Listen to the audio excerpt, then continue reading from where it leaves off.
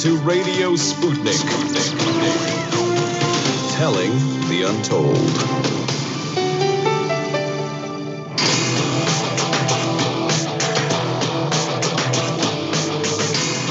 Fault lines. Live from across the divided states of America, it is now time for another edition of the most disruptive show covering news, politics, philosophy, and philology from across our divided country and across the fragmented surface of our globe. In the independent corner, I am your political analyst, Shane Stranahan. And in the left corner, I am the indefatigable, a burning ember in the darkness, your political analyst, Jamarl Thomas. And together we are Fault Lines with Thomas and Stranahan. All right, getting into the headlines this morning. First up in COVID news, at least 2,047 new coronavirus deaths and 196,000 new cases were reported in the United States on January 4th. Over the past week, there has been an average of 214,000 cases per day, about the same as the average 2 weeks earlier. And as of Tuesday morning, more than 20,863,000 people in the United States have been infected with the coronavirus, and at least 353,000 have died. On Monday, Prime Minister Boris Johnson ordered a new lockdown across Britain in an effort to contain a new variant of the coronavirus. In a televised address, Johnson called the next few weeks a critical moment in the country's fight against COVID-19. The new measure forces the closure of all schools, shutters personal care services such as barbers and hairdressers, and bans in-person dining at restaurants. Fines apply for those who leave their homes without valid excuses, and there are exemptions in place for those gathering food, going to and from childcare, getting medical supplies, and for true emergencies. Residents are asked to limit exercise outdoors to once a day. Meeting more than one person outside your house for picnics or drinks is not allowed. Those are strict, I'll just put it like this. That's a strict lockdown if I ever saw one. Today, Thailand announced it has lengthened its nationwide emergency decree until the end of February after it recorded the largest daily increase in new virus cases since the beginning of the pandemic on Monday. Today, Italy also announced it will extend most of the coronavirus restrictions imposed during the Christmas holidays until January 15th. Germany is also considering similar extensions of their lockdown as coronavirus cases spike there. In national political news, back in the States, all eyes are today on a runoff election in Georgia that has Republicans David Perdue and Kelly Loeffler facing Democrats Jon Ossoff and Raphael Warnock. The race will decide the makeup of the Senate and comes just 2 days after the Washington Post released a call between President Trump and Georgia's Secretary of State, in which the president pressured the Secretary of State to recount votes in the state. The leader of the far-right Proud Boys group has been arrested in Washington, D.C. on suspicion of burning a Black Lives Matter flag last month. He faces misdemeanor destruction of property charges after he reportedly admitted to torching the banner. Also in Washington, D.C., Mayor Muriel Bowser will have more than 300 National Guard personnel in the nation's capital to help control crowds and manage traffic at this week's pro-Trump demonstrations. Congress is scheduled to meet Wednesday to formally count the Electoral College votes. Massive rallies are planned from Tuesday evening through the whole day on Wednesday, including a march to the Capitol. Wisconsin Governor Tony Evers announced yesterday that he too is mobilizing 500 National Guard troops to support local first responders when the district attorney delivers his charging decision within the next 2 weeks for the officer who shot 29-year-old Jacob Blake 7 times at point-blank range for trying to break up a fight between two women back in August. Jamarl, before we move on to international news, I actually want to go back to the Georgia election today. What do you think is going to happen? This is a big election. Right now, the Senate is 48-50 with Republicans in the lead. If both Democrats win, then you have a tie. If one of the Republicans win, you still have a Republican majority. With Georgia going to Trump, all eyes are on this one. Probably with Georgia going to Biden, all eyes are on this one. What do you think is going to happen there? I stand by my original assessment. Now, your dad tried to shame me on election night.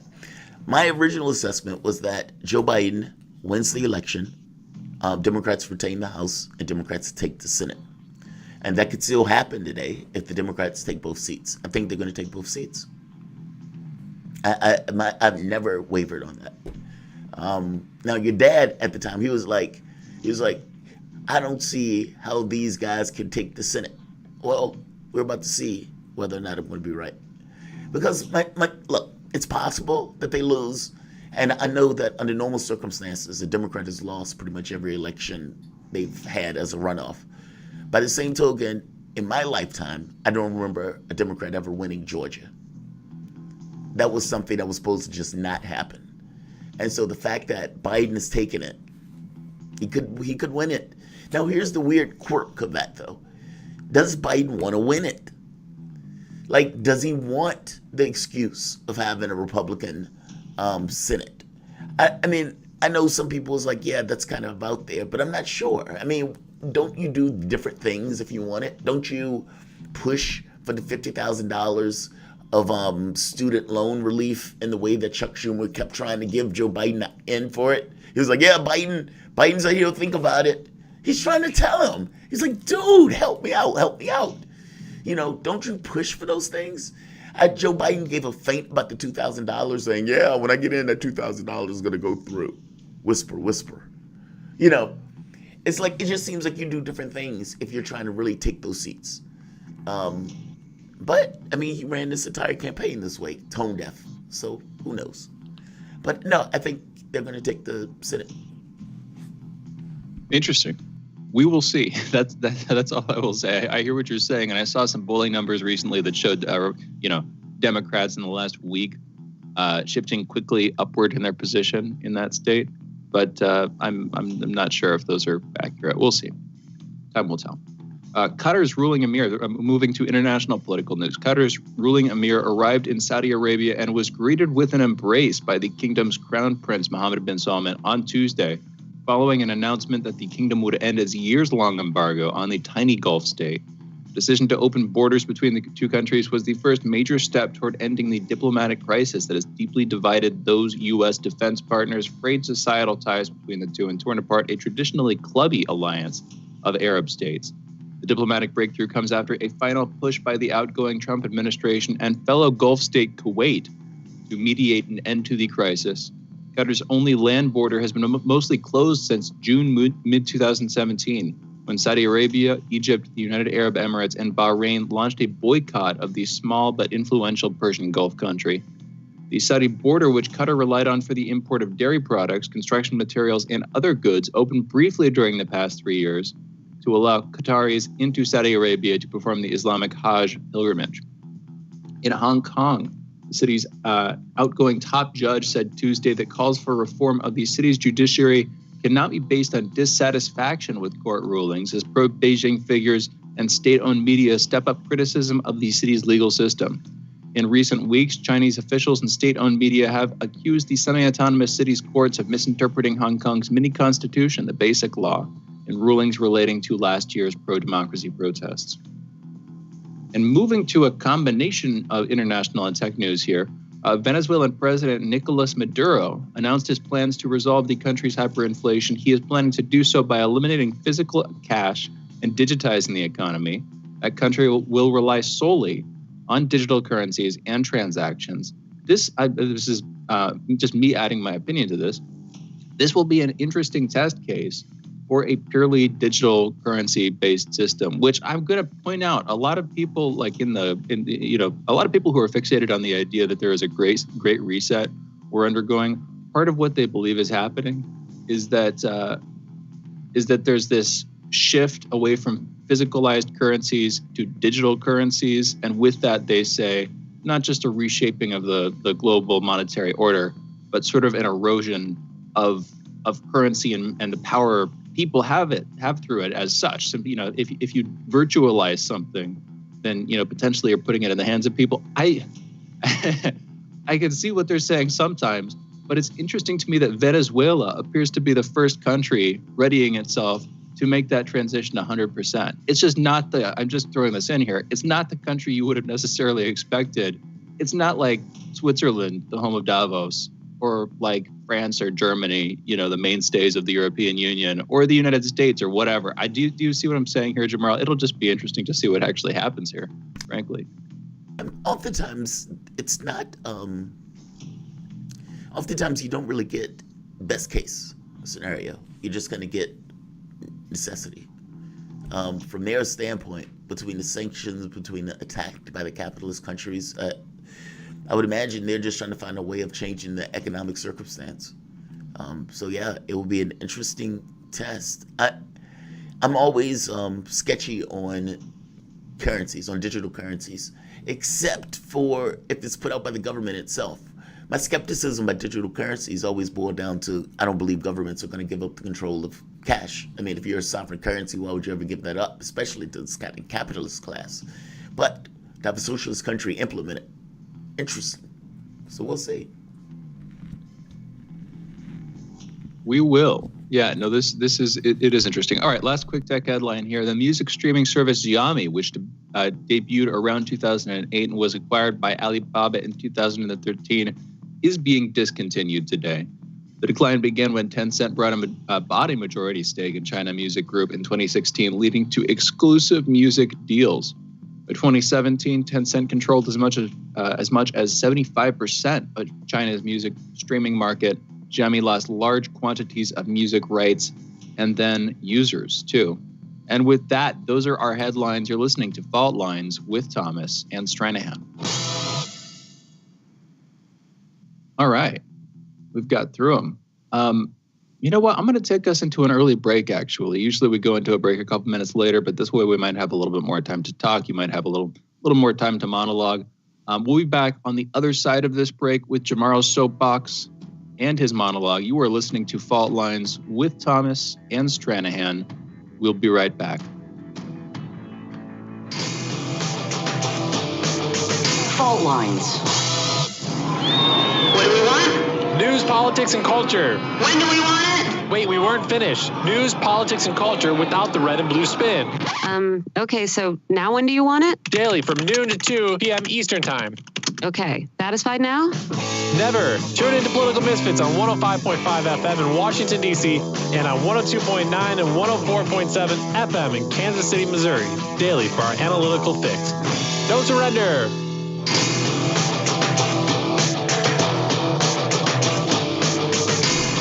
Fault Lines.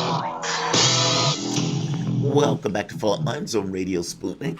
My name is Jamarl Thomas. I'm joined by my co-host Shane Stranahan, coming to you live out of our station in Washington, D.C. I apologize, I'm a little stuffy this morning. My voice is, I'm doing the Barry White thing. It'll resolve as I go through. You can catch us, if you guys are in D.C., you can catch us on radio at 105.5 FM and 1390 AM. We're also in Kansas City at 102.9 FM and 104.7 FM. If you guys are digging what Shane and I are putting down, whatever platform you're consuming this content on, give us a like and share that audio and video. If you want to join in on the conversation, you can send us a chat, a tweet, and of course, you can reach us by phone at 202-521-1320. That is 202-521-1320. Your engagement makes this show what it is, so definitely don't be shy. Call in. Every member of the squad voted for Pelosi. Every member, every last one. Initially, there were feints. There were calls in Pelosi, and they would hear nothing. Meaning Cory Bush, you would hear nothing. AOC, you would hear nothing. But eventually, they came back around and they voted Mama Bear, Pelosi. Whether or not you buy into the force to vote stuff, in fact, let's put the force to vote stuff on the side, meaning pushing the vote for a Medicare for all thing, whether or not you buy into that at all. Let's put it to the side. You are a group of lefties, about 8 of you. Yes, there's a progressive caucus, but in real terms, there's about 8 of you, give or take. You've had 2 additional squad members. Come on, you've expanded your numbers. Every Democrat that supported Medicare for all won their election. So again, on some level, you have a certain degree of affirmation that came into that last election that, yes, what you want is popular, and you've added on members. My point, and I think the point that a lot of us have been making, is that you are not going to ever get them to like you. not only are they ideologically opposed to disliking you, it is against their fiscal interests. The party structure itself, the integrity of it, the brain center of it is just ideologically against you. Yesterday, 2 a.m, my grandmother passed. And, you know, I often talk about stuff and relate it to the monologue. So this one will be similar because the force to vote stuff, whether you're for the force to vote stuff or not, there needs to be a reckoning in this country. There needs to be actions to take into account or in some degree run parallel to the level of devastation that's taken place in regards to the people who are injured, who have taken bad ends, especially under the guise of this notion that you are in a pandemic. That seems to not register for some reason. My mom basically exhausted herself trying to do it all by herself to take care of my grandmother. She had been ill for a year or more. And what you realize is that there is nothing that backs people up in that situation. She's no different than pretty much anybody else. I've said it before. 42% of the population was living off of $18,000 a year. That's during COVID. And if that's during COVID, what happens after COVID? Do you think that situation gets better or worse? I'm telling you, that situation gets worse. You basically have half the country before COVID hits living in poverty. And then, bam, COVID. And instead of your government attending to the needs of those people, mind you, you're talking about like 20 million people that were ill. This is not even talking about the 350,000 that have dropped dead. You're talking about 20 million or so that have been ill. What happens to those people after they're ill? What happens to their jobs? What happens to their ability to make a living? What happens 3 months after where those people were still experiencing medical conditions? Are we certain that they're family members that take care of them? Are we certain that they have jobs that are be perfectly okay with them not being at those jobs? I'm making the point that all of these people that are either ill or all of these people that have died and the family members that are left behind in these situations, what is there for them from the context of a safety net? Especially when the majority of the people that have taken that hit were people that were already at the rough edges of our system. They were already on the margins. You had a situation where she spent years basically taking care of her by herself. The government will say, all right, we'll help this much. To which she would ask, well, wait a minute. What about this other deductible stuff? Why do you think I have the resources to pay for that? If I had the resources to pay for that, I wouldn't need the assistance in the first place. Meaning the gaps, the holes, make it almost unusable. The point I'm trying to make here is the things that are taking place in regards to what people have to deal with on a daily basis, to some degree, demand action. It demands a certain degree of understanding that this is a big deal. If you need to get bearings, if you need to get context, look back at FDR and his behavior during the Great Depression. It is not as if the world has somehow changed in regards to the way that people expect their government to take action when things happen that are rather atrocious. I don't think that's changed at all. In fact, I think a lot of the anger that you've been seeing from either the Force the Vote crowd have a lot to do with that. I think a lot of the anger you're seeing with the protests that are going to be sanitized now that Joe Biden is in office have a lot to do with that. The attacks on Nancy Pelosi's house, the guillotines in front of Jeff Bezos' house. Do you think that's coming out of a vacuum? The thing is, my mom's situation was no different than anybody else's.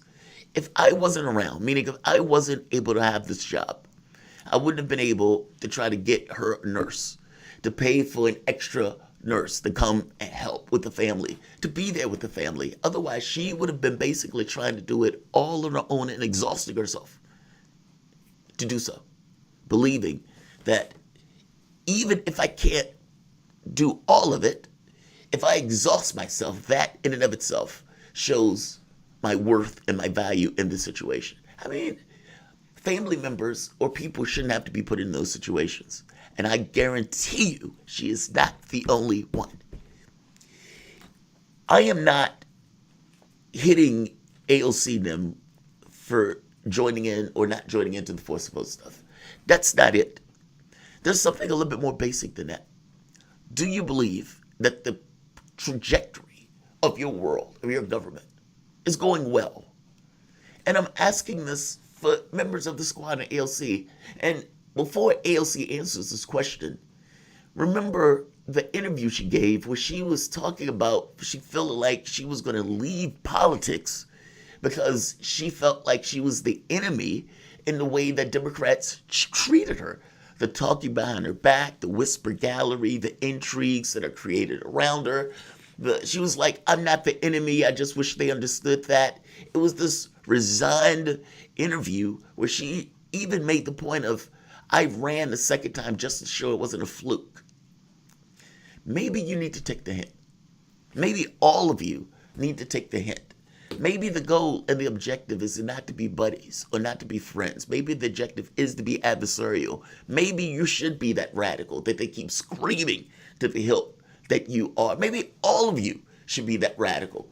Maybe that is the job that you were put there for, not this incrementalism nonsense. Do you realize that the excuse that they gave was, well, we got this PAYGO thing removed in this particular situation that would allow us to do what? To do what? Were you sent there for incrementalism? The radicals of Congress have become the incrementalists? And this is the excuse now that they give?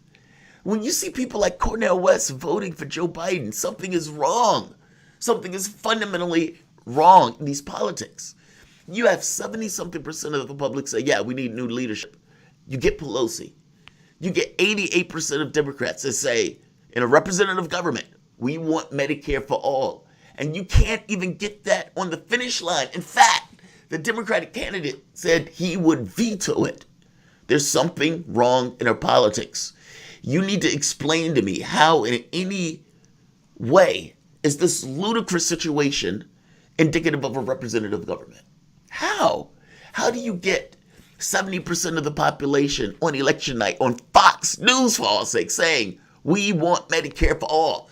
After all, we're in a pandemic. After all, 20 million people have been affected by a virus with medical bills.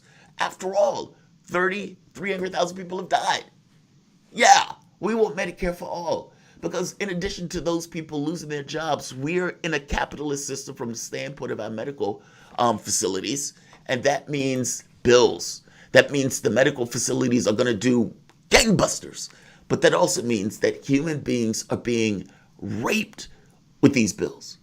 In the middle, again, of a pandemic. I can't even believe that this argument needs to be made.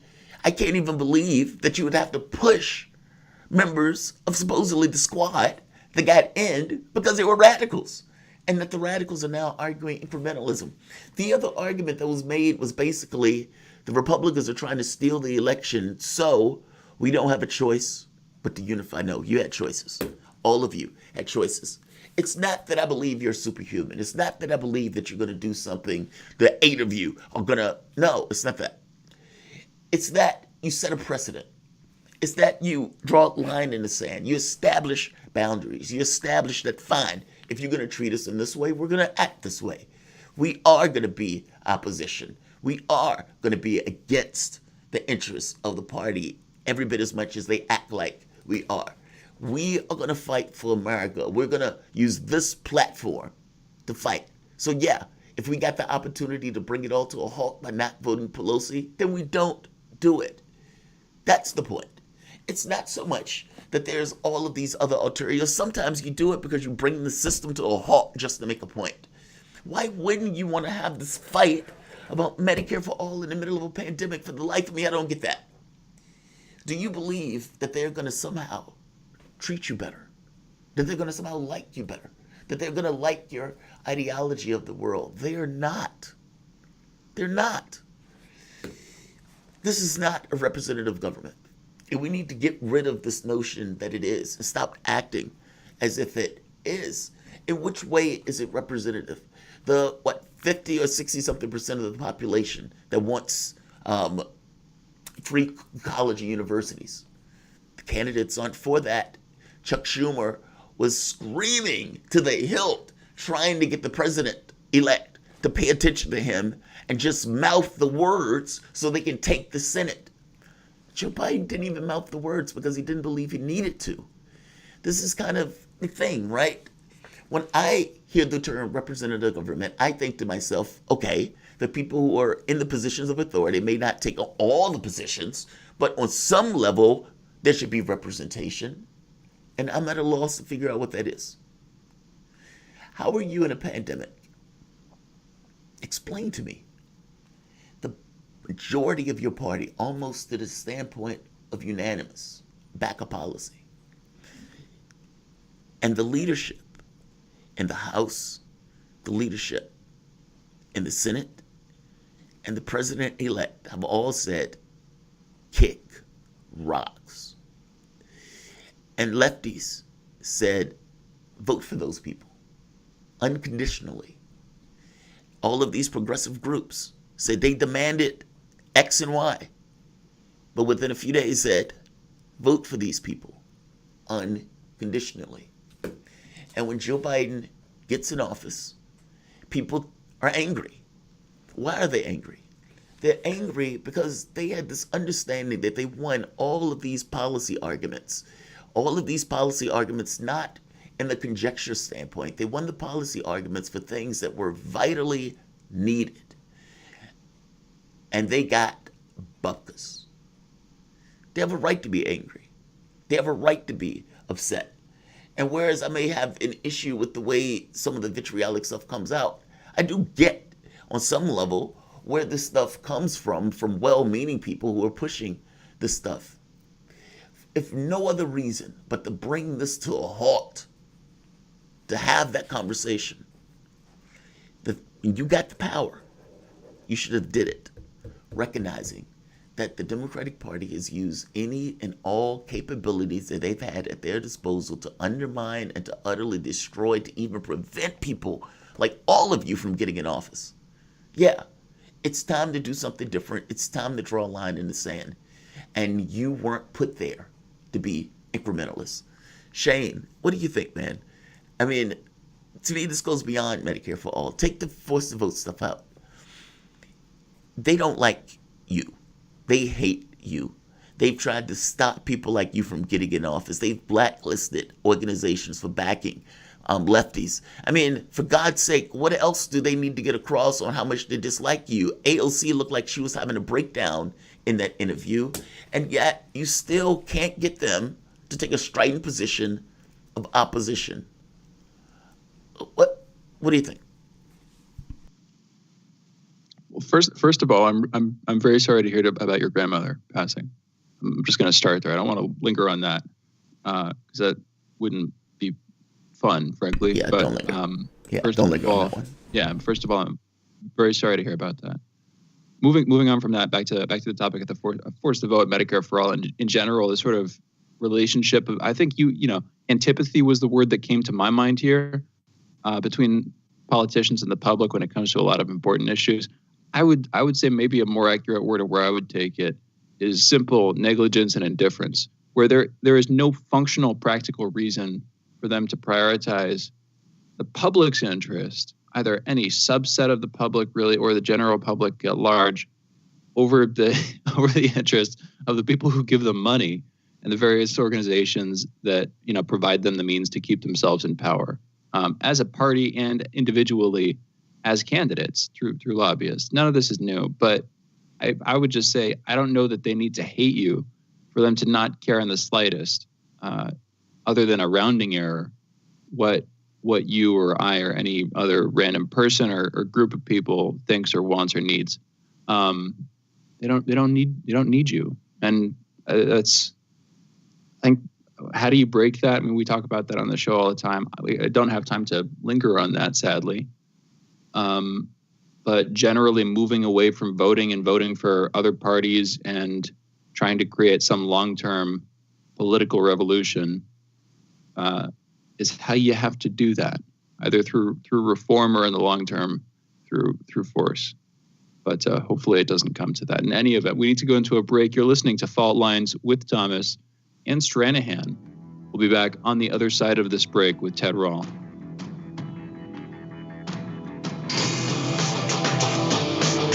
Fault lines. You're listening to Radio Sputnik. Shooting from the lip. We're taking no prisoners here. Real opinions for real people. Where we bring you people with controversial views, and instead of trying to catch them out, we actually let them expand on their views. What's going on in British politics, European politics, and indeed in world politics as well. And wherever you are, whether you're a UKIP supporter, a Tory or Labour, everything is in turmoil. John Gaunt. Shooting from the lip.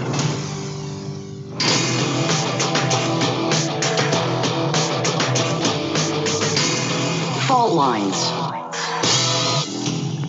And we're back. You're listening to Fault Lines with Thomas and Stranahan and Rall. We are joined by Ted Rall. He is a political cartoonist and syndicated columnist who you can follow on Twitter at Ted Rall, TEDRALL. Also check out his website, rall.com. Ted, thank you for joining us this morning. How are you doing? I am doing well. How are you? I'm all right. Let's talk about Force the Vote for a second. I'm sure you've been following this. It didn't do what it wanted to do, which was to prevent Nancy Pelosi from being reelected as Speaker, or at least if she got reelected, to force her to push a Medicare for All vote on the floor of the House. Just broadly, looking back at that and looking forward to alternatives and just trying to round up as a movement. I don't think we talked about that. We may have. What did you think about that? What do you think of how that went down? I don't know if you heard any of the conversation we were just having. What do you think of this wider idea that the political class is practically by definition at this point not acting in the best interests of the American people? What the hell should we do about that? It's a lot to throw at you, Ted, but what's your take? Well, I thought it was an atrocious tactic. And first and foremost, it was because it was doomed to fail. You know, the American left, progressives in general, are just incredibly demoralized. You know, we haven't really put a big win on the scoreboard since the 1960s, early 1970s. We haven't gotten our policies enacted. We haven't gotten a candidate elected to a major national position. We haven't gotten, we really haven't gotten rid of any right-wingers we really wanted to get rid of. So the last thing you want to do when you're finally getting a little bit of traction, we have half a dozen people that call themselves the Squad in Congress, which, remember, we're talking about out of 435 members. It's not, it's not a foot in the door. It's like the hair of your little toe in the door. You don't over leverage that and try to over promise that we're going to be able to get this and that done and get rid of Nancy Pelosi. It was an embarrassment. It was a fiasco. Nancy Pelosi got reelected. The Squad voted for her. Nothing has changed. There's no way there's going to be a vote on Medicare for all with this Congress anytime soon. And I think the organizers knew that. So I'm really mad, to be honest. I think it's just the last thing that we needed. It makes us look impotent and foolish. Right now, the incoming Biden administration is laughing at us. They haven't had to throw us even the smallest little bone because we have not made life dangerous for them at all. And this just reminds them that they don't have to be scared of us. Ted, what is it called making life dangerous for Joe Biden? What leverage do you have at your disposal to make life dangerous for Biden? Well, there's always been a conflict on the left as to whether politics is best exercised in the streets or whether it's best exercised within the system. I think this latest fiasco reminds us that working within the system almost never works. There have been exceptions, but it's been a long time. And I think at this point in time, the left needs to exert itself in the streets. We had a taste of it last summer with the Black Lives Matters protests. Look at what happened when there were sustained protests. And, for example, the city of, I think it was Seattle, promised and Minneapolis promised to defunds the police, at least in part. And then look at what happened even more interestingly after the protests started to wane and the streets became quote unquote normal and traffic returned. The pressure was off, and the city council, I think in Seattle, reneged on their promise. If memory serves, I think it was Seattle, and decided to not defund the police by nearly as much as they had originally said. I think we need to be out in the streets. Quick question, Ted, just to point out something. What's the difference between, let's say, the force the vote stuff and the people asking for a demand in regards to force the vote versus the people pushing with the police thing? In both situations, you have basically reneging or basically a failure. I mean, I understand what you mean when you're saying, oh, it looks bad because they failed, they didn't get what they wanted, they were asking for unreasonable demands. Well, the defund the police thing was also considered to be an unreasonable demand. Why are you okay with the being in the streets and pushing on one sense, but not pushing in the other sense? I don't think it's the reasonableness, quote unquote, of the demand that I'm commenting on here. As the May 1968 situation said in France, be reasonable, demand the impossible. The issue here is one of tactics. In the 1960s, street protests were sustained, and that's really the key point here. People were out even. I grew up in a suburb of Dayton, Ohio, and during the end of the Vietnam War, and you'd see people protesting out in the rain, not every few months. You'd see little groups every single day out in the median strip, every day. Rain, snow, sun, didn't matter. The protests were incessant. You literally protest was part of everybody's life, whether they protested themselves or saw it or knew someone who was doing it. That's what we need. I mean, I bring up the Black Lives Matter protests because they were a little dangerous. They were a little edgy. And the fact that they were a little dangerous, a little edgy from the standpoint of the political class is why initially some concessions were made. And when they stopped feeling dangerous and edgy, that's when the concessions went away. I see. Do you think that we're going to have that effectively, though, during a Biden administration? It seems like a lot of that was a response directly to Trump. So, I mean, at least the next 4 years, do you think that's going to be feasible, Ted?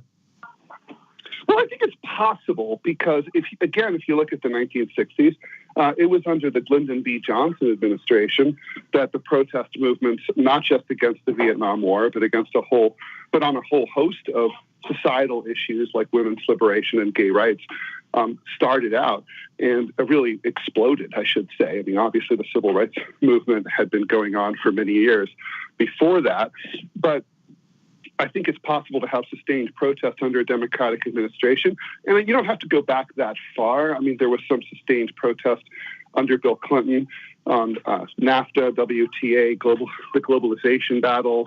And, of course, Occupy Wall Street was under Barack Obama. So it's possible. I mean, if Biden, he's going to disappoint us. If people understand the nature of that disappointment, then yeah, it's possible. But I'm really worried about the ability to sustain that protest because we don't have an organized leftist or group that can do that. There's no formation that other countries historically have had, like a socialist party, that can lead that kind of struggle and organize it on a day-to-day basis. And that's the thing. The left in the United States is actually quite big because, the Gallup poll has shown that for many years, 40% of Americans do not like capitalism, which is pretty remarkable.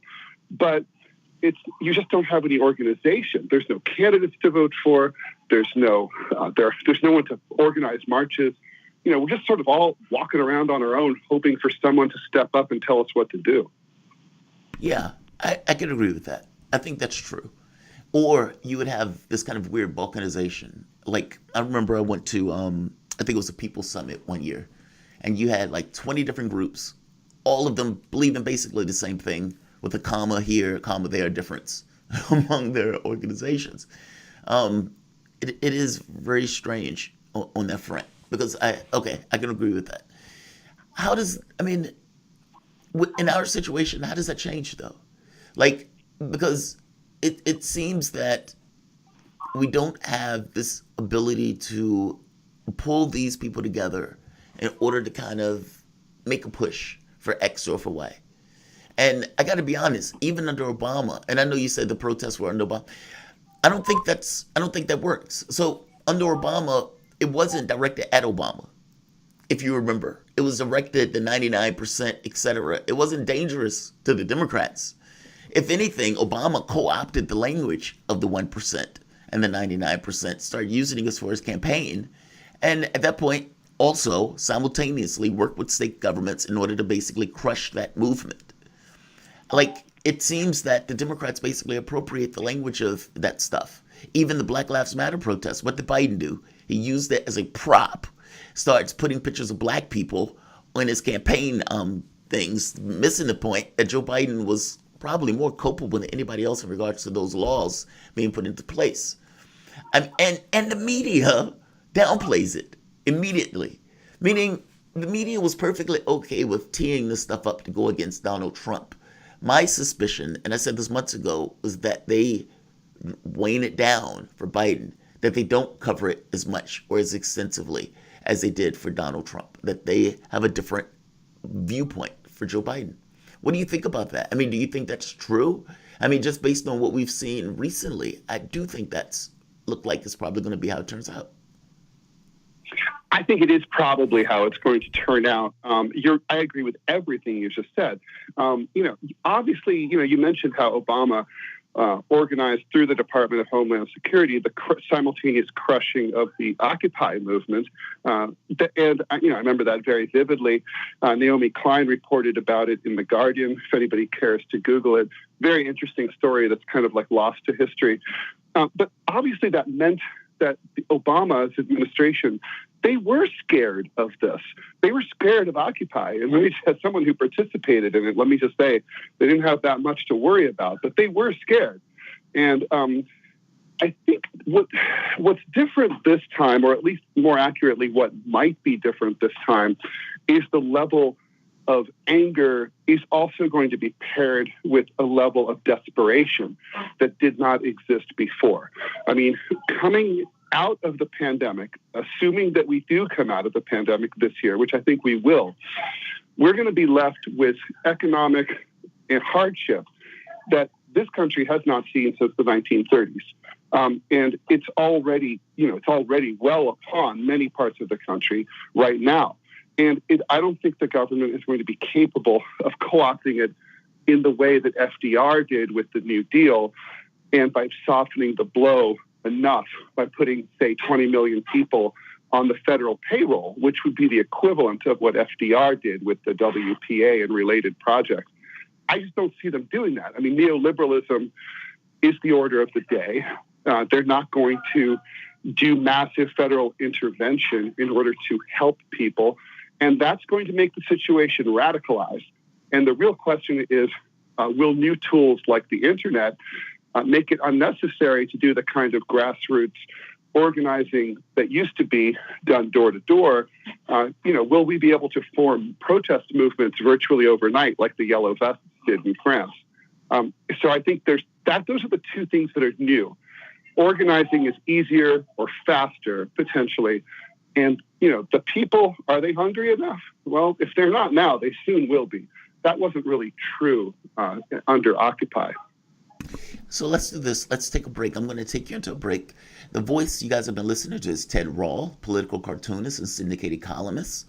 You guys are listening to Fault Lines with Thomas and Stranahan. We will be back in a moment.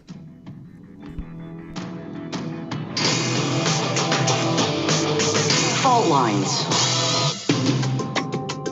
Epidemics and pandemics could kill millions of people, and they actually did. Centuries ago, deadly outbreaks called the Black Death, the plague of Justinian, and the Spanish flu ravaged countries, empires, and whole continents. Some of these diseases are still present around the globe. Others have become a thing of the past. Discover how these ancient and not so distant outbreaks from previous centuries differ from modern-day SARS, MERS, and coronavirus pandemics. Listen to our new series, Outbreak, the deadliest epidemics in human history, this week on Radio Sputnik.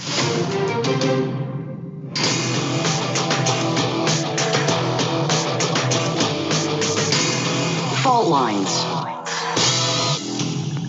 And we are back. You're listening to Fault Lines with Thomas and Stranahan, and we are joined by Ted Rall, political cartoonist and syndicated columnist. Follow him on Twitter at Ted Rall. Check out his cartoons and articles at rall.com. That's RALL.com. Ted, thank you again for being with us. I want to come back to your last point there. You were talking about the potential for the internet to be used as a means of communication and as a rallying point for protest movements like we've seen sort of increasingly over the past decade or two. But going back to 2016, I would say that it didn't happen so much in 2020, and there might be interesting circumstantial reasons for why that was. But back in 2016, what I remember was various sort of opposition movements in the U.S. being branded as Russian puppets, as Russian sort of straw tigers or paper tigers that were built out of nothing. That was the accusation coming out of the establishment media. Whether it's that, whether it's accusations against a foreign power, whether it's claims of like worrying populism at home, or whether it's simple suppression, like we saw in late 2020 with a couple of stories, including the Hunter Biden story, where news stories were simply suppressed. And therefore, whether you're directly suppressing communities and their ability to communicate, or whether you're suppressing their ability to break outside of whatever bubble they've built for themselves, I just see so many different tools and weapons, frankly, that can be used by the establishment on the internet, whether you're inside a tech company and you're personally opposed to what's going on, or more likely, you're acting as a glove for the political establishment. What do you think of that? I mean, I think that there's a chance, I don't know how this goes in the long run, but I think there's a chance that we have, at least for the time being, lost the ability to use the internet as an effective tool for the opposition on a large scale. I think that if it's going to work right now, it is going to work on a large scale, but because of how effectively everything is kept inside of these walled gardens that are Facebook, Twitter, YouTube as part of Google, and Google more broadly as a sort of monolithic entity, it just seems so constrained. But Ted, what's your take? Well, it's interesting about the internet as a communications device, and one, as a leftist, it's, or would-be organizer, I suppose it's convenient to sort of draw an analogy to telephones. I mean, when an authoritarian regime, and I think we kind of have an authoritarian government in the United States, sort of authoritarianism light, wants to control things, they can turn off the telephone, or they can turn off the internet, or they can control or throttle it. But the problem is that they need the phone themselves. Cops need phones, military needs phones, the cops need the internet, military needs the internet. So they can't keep it off. They can't control it forever. All technology is a two-edged sword. And I think and so to the extent that the eyes and ears of the state through the NSA, for example, are on people who are trying to resist it, it goes the other way. And so I think, I'm not skeptical of the internet per se. And in terms of the ridiculous accusations that, the left or its attempts at organizing are always accused of being tied to being influenced by foreign countries. In this country's history for the last 100 years, Russia, we're always going to have that. We're somehow the state always wants to otherize us. And that's just something that the left is going to have to deal with, accept. And so what we can sort of count on is that the rage and despair of people is going to get to a point where they just don't care. And those arguments are going to just fall on deaf ears, because it's going to be like, oh, well, why? Let's just say, for the sake of argument, that there is foreign interference. Since when is this country caring for me? What is this country when I got COVID, or when I lost my house, or when my business went under? And because of the state's actions, what did the state ever do for me? Nothing. And now my family and I are desperate. I think that's really going to fundamentally be it. Well, yeah, I agree with that. There's never a clean, there's never an argument that the other side is going to say fair enough on. They're always going to say something about anything that you do. There's never a clean win in that sense. But I would say, though, that also seems to be more of a reason to push force the vote. Now, let me say this.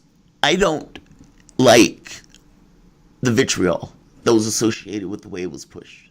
I don't like the swearing at AOC. I don't like the being disingenuous. I think you treat allies differently. Otherwise, they're not going to be allies. By the same token, I think it is unconscionable that they didn't take an issue and make a strident stand of differential from where things have gone prior.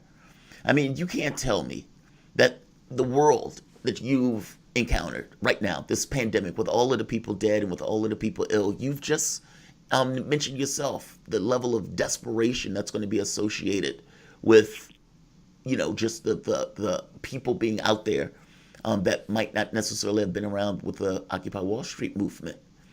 What is the negative? Like, why not create a demarcation point in regards to how they're going to behave as opposed to the other people who've been bought in for, let's say, these other administrations that gave the dog and pony show of we're with you, but not doing anything real and significant to kind of get that across? I don't see the negative. I guess that's my thing with it. Even if you disagree with trying to get the Medicare for all thing, what's the negative of pushing back hard to show that this is no longer the same group of lefties that's in Congress? This is going to be a group of lefties that create a demarcation point between who we are and who they are. And the situation of our world demands it. Not just asks for it, demands it. What's the negative? The negative is that we don't have the power. We don't have the leverage to force that issue right now, at least not that vein. I agree that the way we treat allies like AOC should always be respectful, and we should assume that their hearts are in the right place, always. And in fact, I think everyone should be treated respectfully, but yes, especially our allies. But at the same time, we don't have the clout. We can't go to, say, someone like we can't go to Representative Ocasio-Cortez and say, if you don't do this thing that we really very much care about, we will be able to get you primaried out by someone who can next year. Because that's not probably even true. No, I don't mean that. Doesn't really need our votes that much. No, I don't mean that. And I agree with you on that. I don't, like I said, I think you should treat allies differently than you treat people who are not allies. And yeah, I agree with that part. I don't think people should be primary ALC.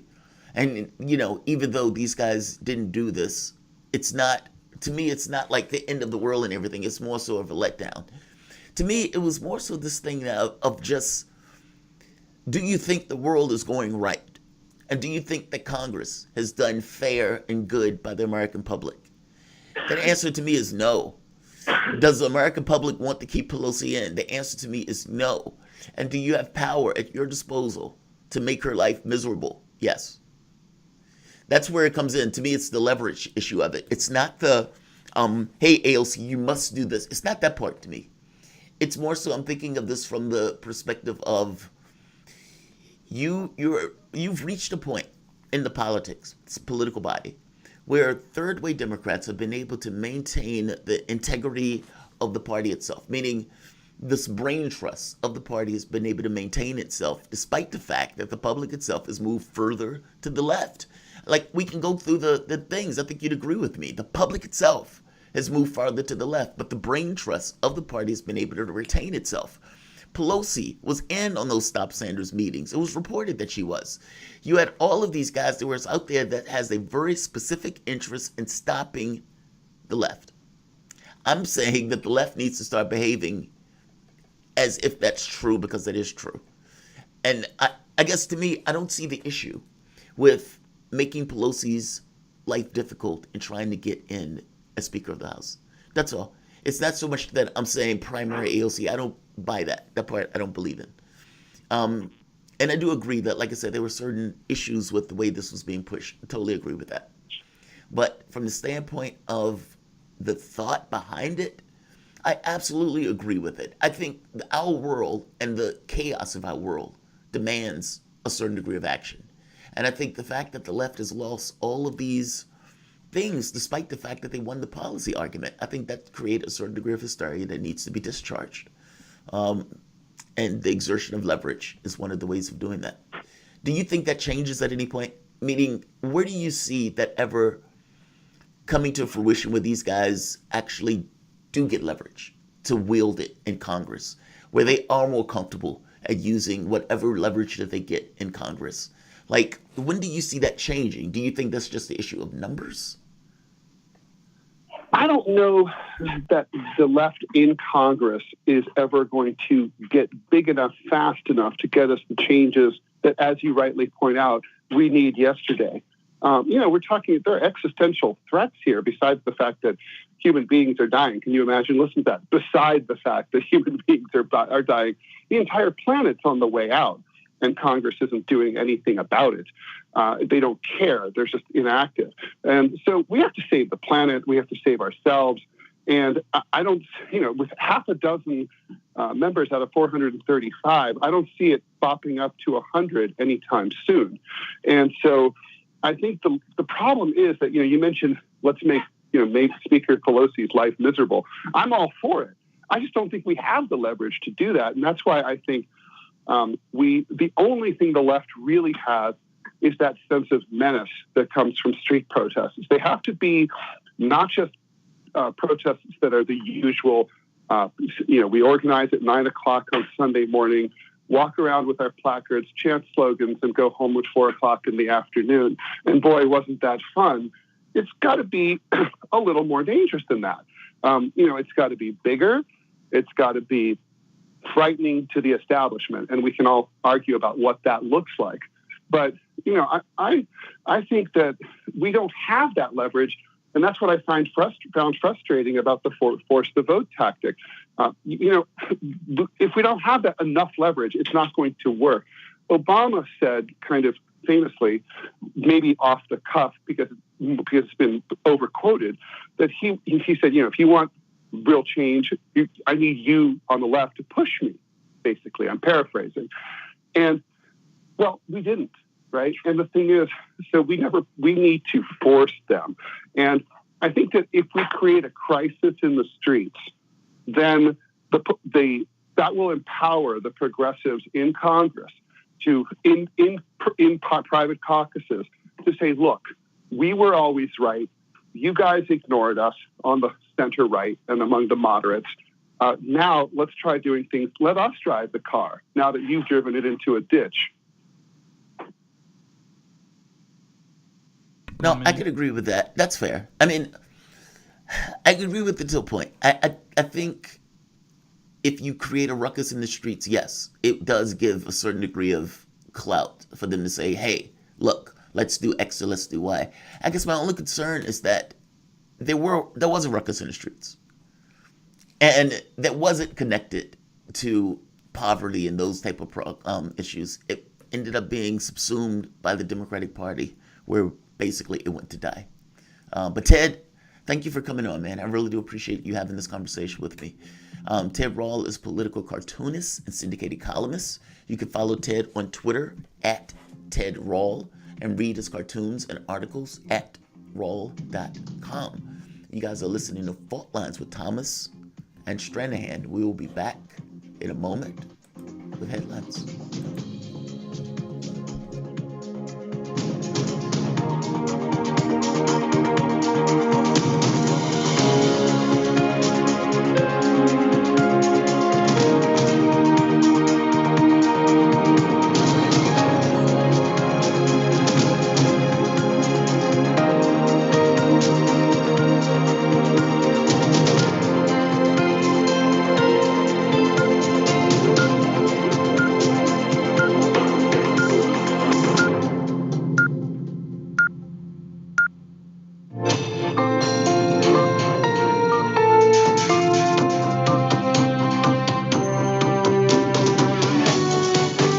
listening to Radio Sputnik.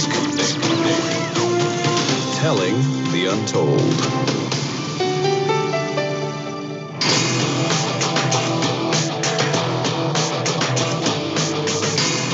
Fault lines. Live from the divided states of America, welcome to your daily inoculation for propaganda. In the left corner, I am the indefatigable, the ever-vigilant, the last antibody to a sick and seizing political system, your political analyst, Jamarl Thomas. And in the independent corner, I am your political analyst, Shane Stranahan. That means you are listening to Fault Lines with Thomas and Stranahan. It either means that or we are being impersonated. Let's get to the news. In the news, or the headlines, I should say. In the news, at least 2,047 new coronavirus deaths and 196,386 new cases were reported in the United States on January 4th. Over the past week, there's been an average of 214,014 cases per day, about the same as the average 2 weeks earlier.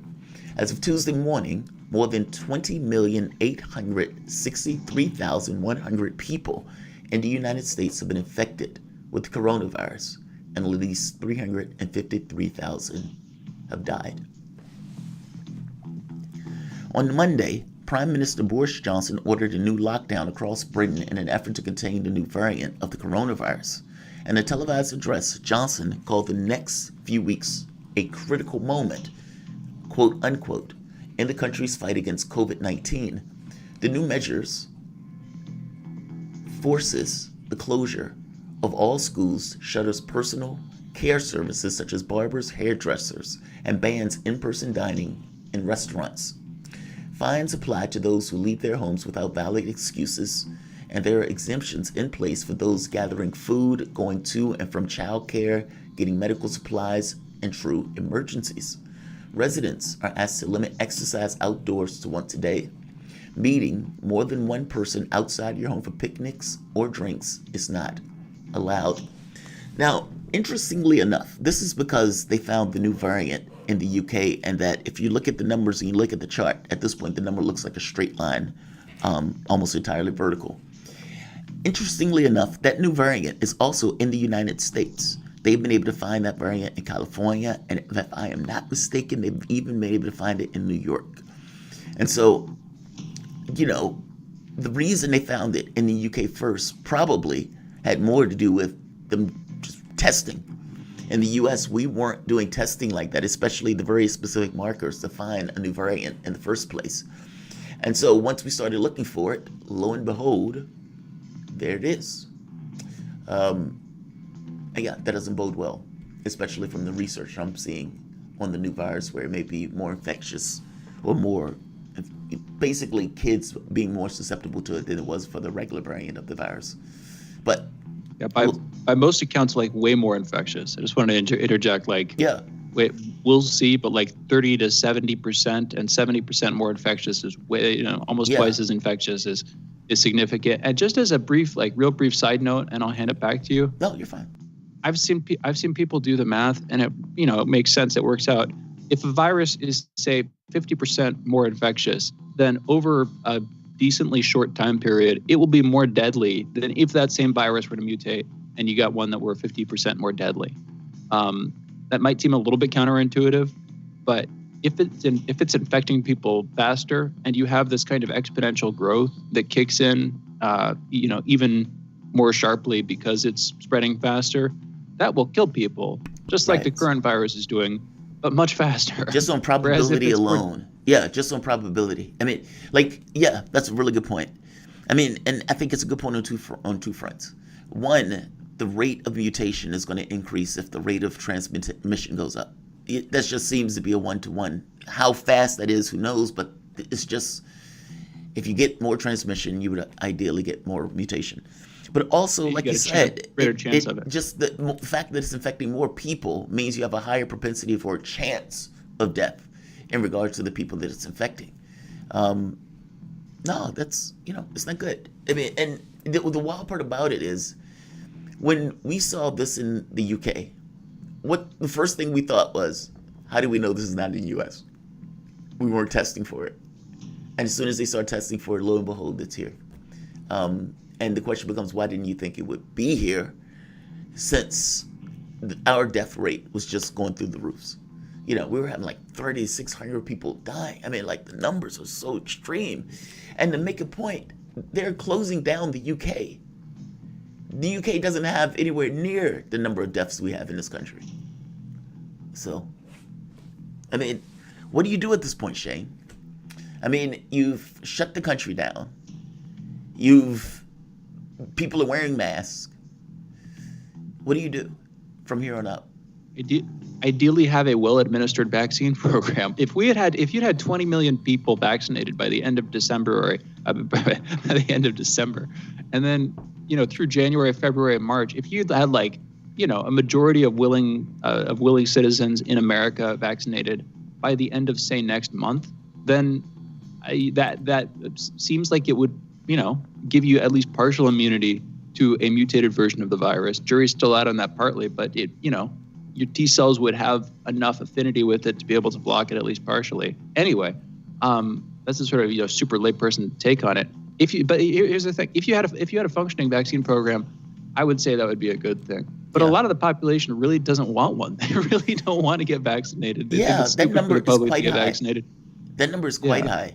I mean, I saw some of the... So many anti-vaxxers out there. But by the way, see, I don't know, is it really anti-vaxxers? Like, I don't want to just lump them in on that. Because if you ask me, I'm not against vaccines in general. You don't want to get one for yourself. I get. Yeah, right. But I'm still kind of like, all right, people. Yeah, right. I want to wait and see on it. Like, is it an anti-vaxxer thing, or is it this vaccine got done very fast?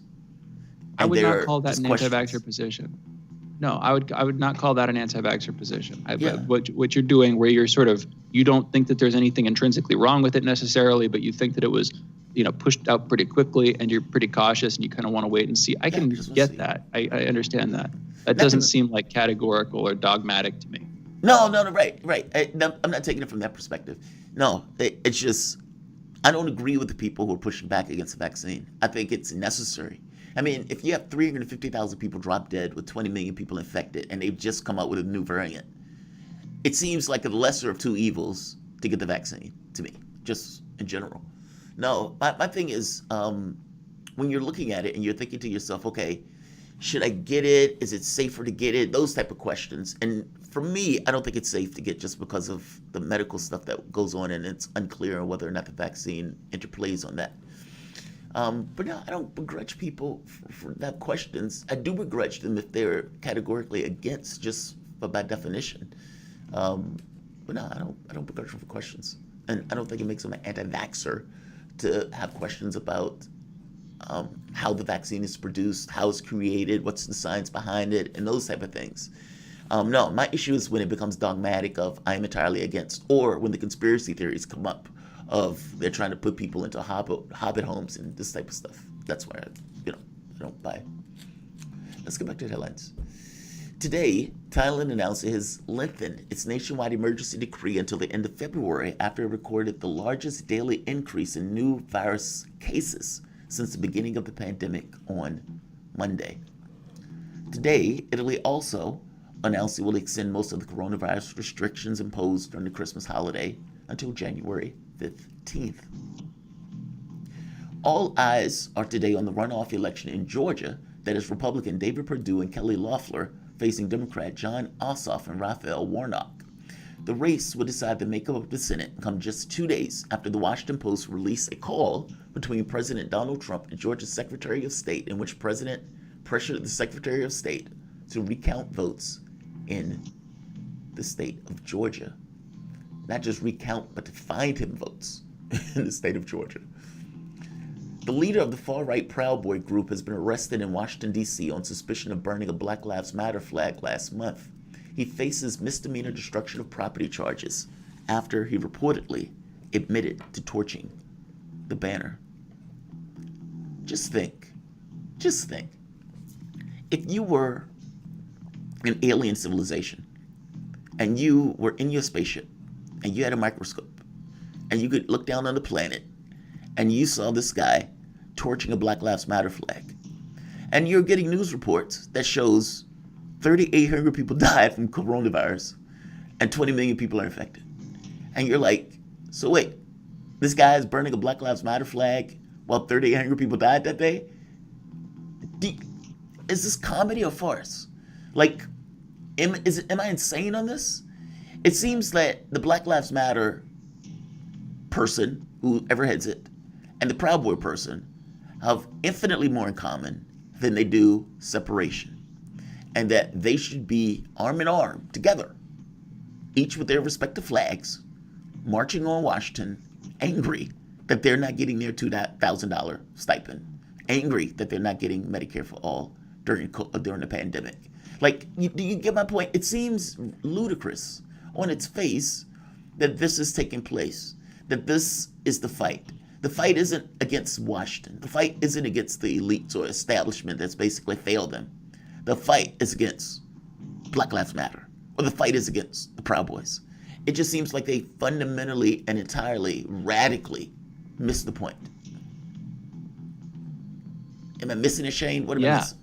No, you're not. If you wanted to take a slightly more conspiratorial tone, this is the divide and conquer strategy, but you don't even really have to. We have been divided at least by ourselves, and we're eating ourselves. We are conquering ourselves. And because this reminds me of the conversation we were having with Ted about the left. It seems like and admittedly, this is not the left. This is a person on a right-wing group pushing back, burning the flag of a person in a left-wing group, or of a left-wing group itself. But it seems like the left kind of eats itself. And I think you can kind of see this with the forced vote thing. I admittedly would side more with Jimmy Dore than with the Young Turks. And I am absolutely ready and willing to come under fire by your chat room, which is, it seems 100% sided with Jimmy Dore on this stuff. But it seems like the left eats itself, where certain members, certain progressives will be like, well, no, that person is not progressive. And then they'll vociferously attack them. They will attack them as if they were their worst enemy. And no wonder you have no power. I just want to say it that way. No wonder, because you're constantly attacking your own side. Yes. And, even if it's 91% your own side instead of 100% your own side. Yes. I mean, think it's about. Disgusting, man. Do you realize I have been vociferously for forced to vote, 1,000%. There is nobody for Medicare for all that wants it more than I am. I know I have annoyed you being on this plan. I would imagine I've annoyed the company. It's like, Jesus Christ, when you shut up on the Medicare for all stuff. Like, I have belly ached about this. Like, this is my thing, right? This is the thing. It's like, this is my litmus test. I don't care if Satan himself is on the other side. If the person is not back in Medicare for all, they're not getting my vote. Like, I am that guy, So there's nobody that cares about it more than me. I have backed this policy. And even that was insufficient for some people, because they didn't like you. They didn't like you, quote unquote, tone policing. They didn't like your marginal comments about how it was presented. Isn't that tone policing? Right. Isn't that You're completely missing the point, dude. Right. It's like, oh, dude, you're tone police. This is no. I was raised by a mom that basically told me and explained to me that it's not what you say, it's how you say it. And if you're talking to allies like that, those people aren't going to be your allies for long. I mean, yes, get angry, get aggravated, I yell all the time. So my issue is not that. My issue is, don't be disingenuous. Don't lie. Well, but here's the thing, man. If you're just encouraging people, I'm not saying this is all you do by any means, but if you're encouraging people to get angry, anger is an emotion. And anger, like many emotions, you tend to take it out on the people you are closest to, both physically and emotionally and ideologically. If you fill yourself with that feeling, you will express that feeling in ways that are often counterproductive to your best interests. And this is why, historically people have cautioned against feeling emotions too strongly. But it doesn't have being overwhelmed by them. Yeah, but it doesn't have to. Well, I mean, it's also a great a particularly motivator. wise person. I do feel you. I mean, it is often expended. And let's do this. Those are your headlines. You're listening to Fault Lines with Thomas and Stranahan. Yes, anger is often distributed against the closest to you, but it doesn't have to be. And for all things being equal, it is there for a reason. I would argue it's there because that frustration gives you the capacity and the potential, or at the very least the premise, the pretext, to change the situation. Like, imagine if that anger is put to good ends. Occupy Wall Street with a focus on the establishment and this kind of organized way of sieging a particular thing because you're angry. And, the civil rights movement. Do you think the basis of that was good feelings, or you think the basis was anger? It was anger. Like, I guess I'm saying, like, the women's rights movement, all of these movements, the basis of that stuff starts with somebody being angry and pissed off that the situation that they found themselves is unequal and unjust. I think anger is the pretext. I could be wrong. Let's do this. I'll put it like this. We can go into. I think it depends on the kind of anger. We can come back into this. If it's simmering, if it comes with ruthlessness and vengeance and a kind of deep devotion, and you're not overwhelmed by it in the moment, and you can use it strategically. If you have mastered your own emotions, then you are the master of your emotions. You're not going to be controlled by them, which I think sadly so easy to be. Anyway, like you're saying, we need to go into a break. Coming back.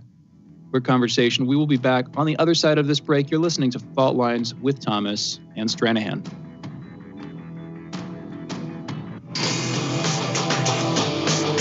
Fault Lines.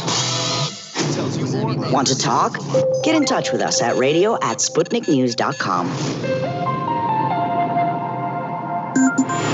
Want to know how international issues fit into local ones and how local issues fit into international ones with the historical context to tie them together? Well, we're bringing it to you all by any means necessary.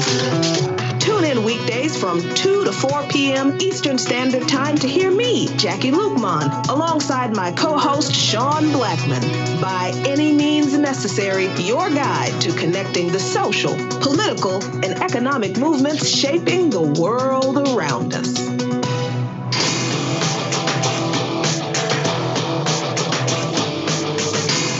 Fault Lines.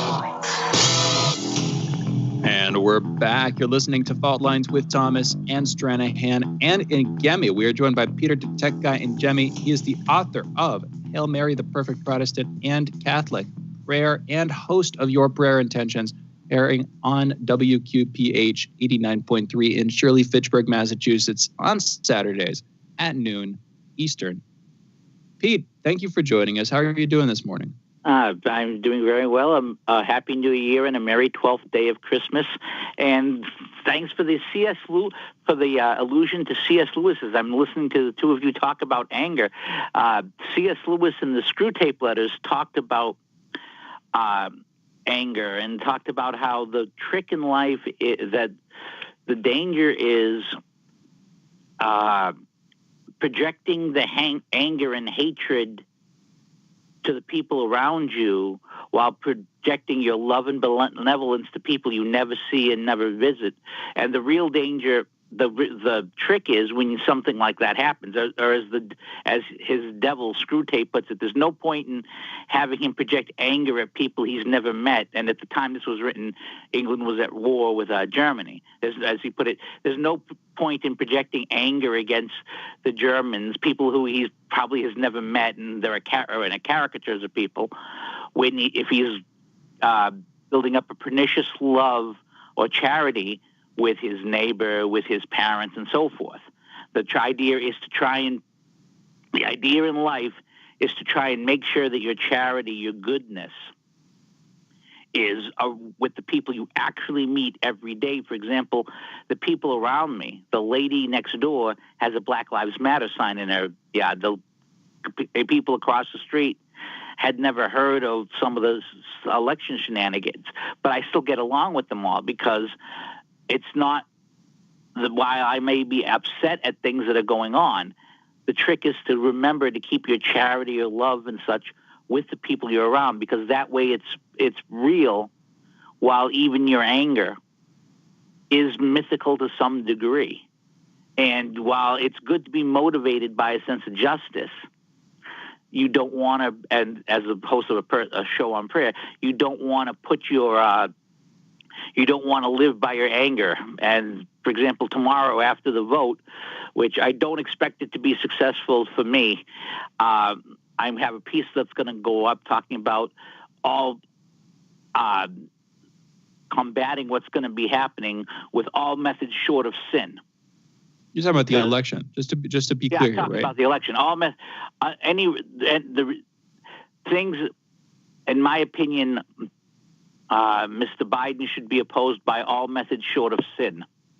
And the main thing is short of sin, because nothing that happens in the end is going to be worth my soul. I've only got one, and I'd like to keep it in the right place. I appreciate that. Everyone should. That's something that people should remember, because, and again, I'm speaking from the perspective of a Christian, that while I believe an injustice has happened, I will not be the first person who's lived in a situation of injustice. I will not be the first. And on a scale of injustice compared to, for example, what's gone on in Venezuela, compared to what various people have faced, one still has to function. And one of the dangers of anger, if it's misplaced and if people get manipulated, and you were talking about the emotion, people often are manipulated by others due to their anger. They'll whip up anger and then manipulate them, is that you forget to live your life. And you still have to live your life and function. And and functioning as a Christian means charity to your neighbor, praying for your daily bread. And sometimes your daily bread is just to be able to cope, to cope with what's going on.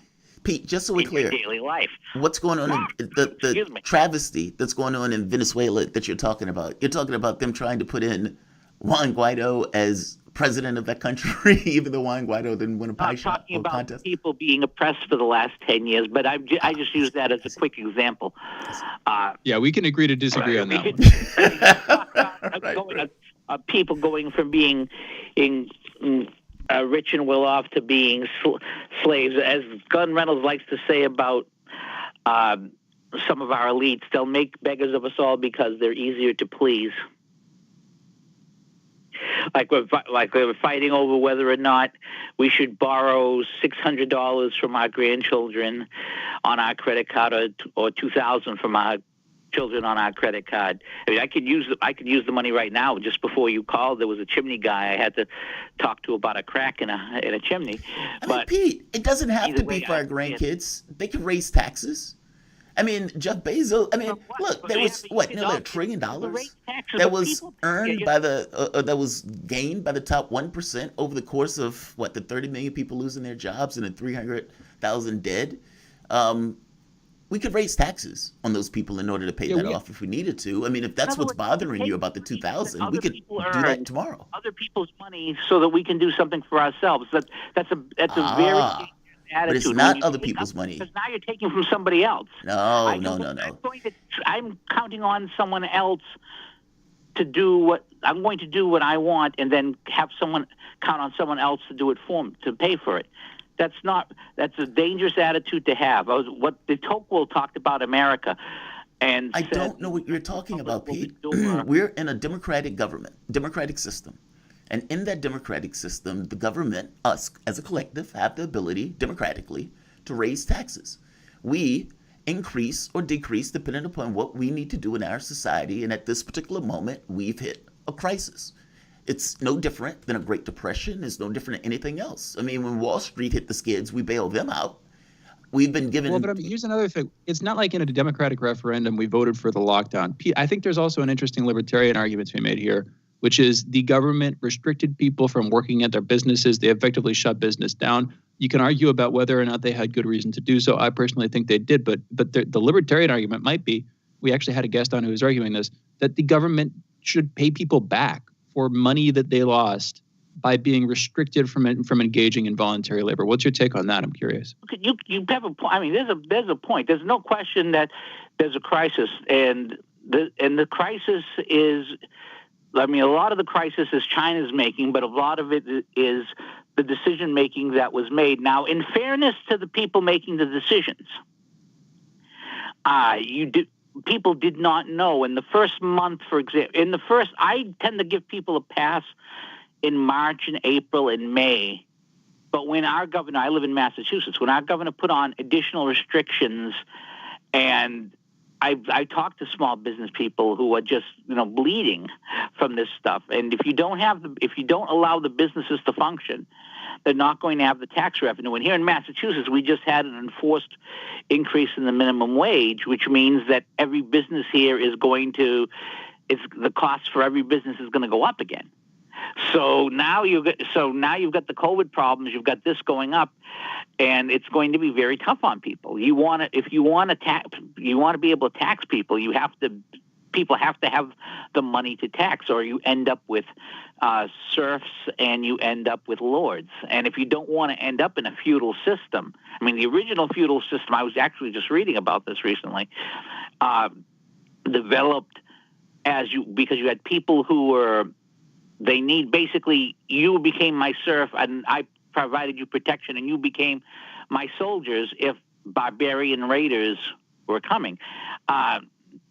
We have to not let ourselves become serfs, but also we always get the government we deserve. That's the thing about a republic, is that you get the government you deserve.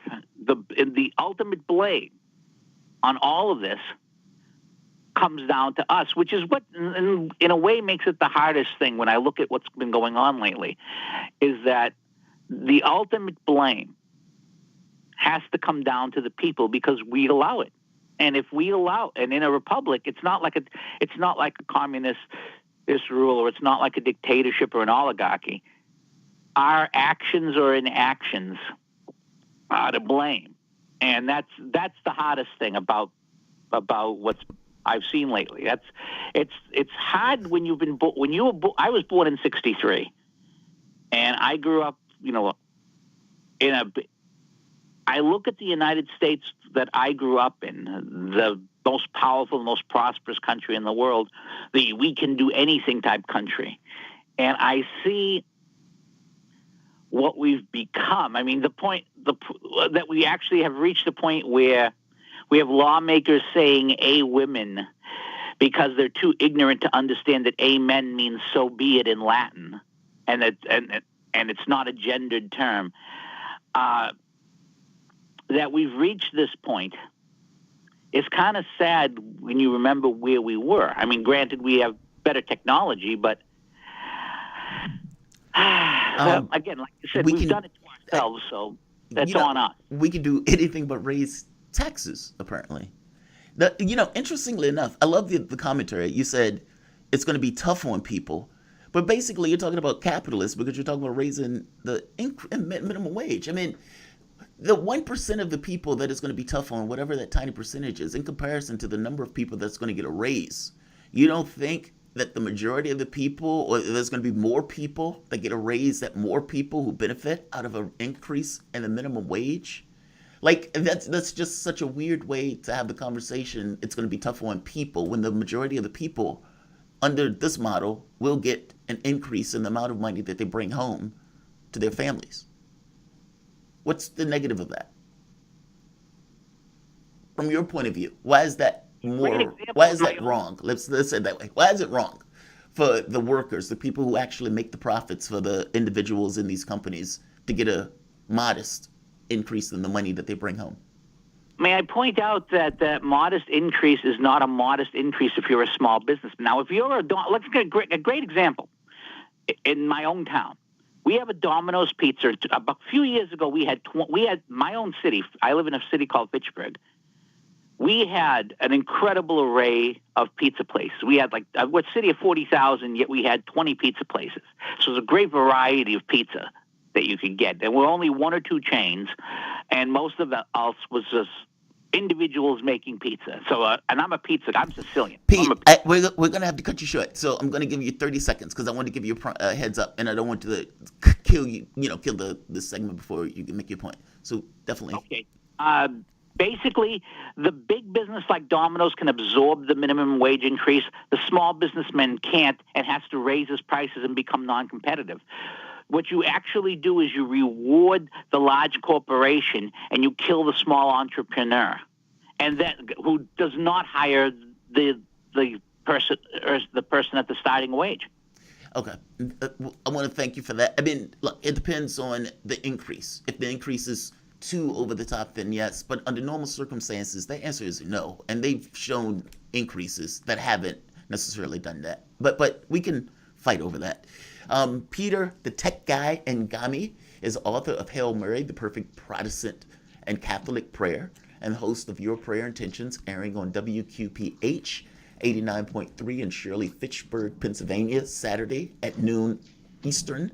You can follow Pete on Twitter at The Tech Guy Blog and on his website, thetechguyblog.com. This is Fault Lines with Thomas and Stranahan. We will be back in a moment.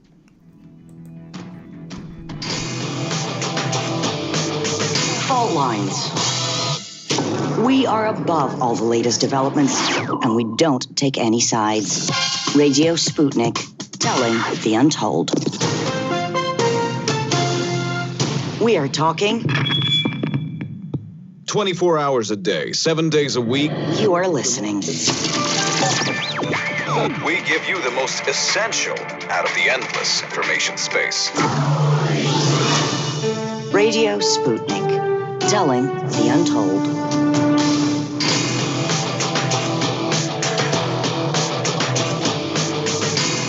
Fault Lines. And we're back. You're listening to Fault Lines with Thomas and Stranahan. And we are joined by our guest, Caleb Maupin. He is a speaker, writer, journalist, political analyst, and author. His new book, Kamala Harris and the Future of America, an essay in 3 parts, examines the life of Kamala Harris and puts her rise to prominence in the context of changing U.S. political discourse and the geopolitical stage. And by the way, you can and you should follow Caleb on Twitter at Caleb Maupin and read his articles at calebmaupin.com. By the way, just spelling that for you, CalebMaupin.com. Anyway, Caleb, thank you for joining us. How are you doing this morning? I'm great. How are you?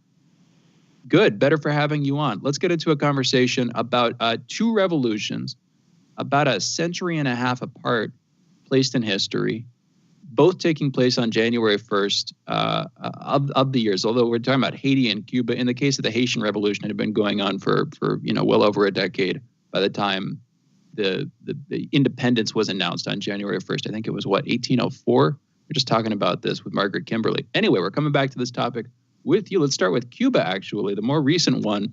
If you're willing, could you please just give us, maybe to do another take on this, could you give us your overview of the sort of key facts and factors, give us some of the context for the Cuban Revolution, what led to it, what actually happened, and what was its immediate aftermath? Caleb. Well, the Batista government that was supported by the United States in Cuba was known for corruption, known for impoverishing the population, and kind of used the country as kind of a tourist haven for wealthy, criminal interests in the United States. And much of the population remained deeply impoverished and, just a huge amount of underdevelopment. You had Fidel Castro and the July 26th movement that took power and transformed the country. At first it was simply a revolution for democracy and national independence. In 1961, the Cuban Revolution was announced to be a socialist revolution. They nationalized the major centers of economic power, began receiving aid from the Soviet Union, and the achievements of the Cuban Revolution are quite tremendous in terms of wiping out illiteracy, in terms of raising living standards and the life expectancy, in terms of industrializing the country. And, the Cuban Revolution has had many, many great achievements, and those achievements are not limited simply to Cuba. I mean, Cuba sends medical aid all over the world. Cuba sends its literacy volunteers all over the world to help educate people.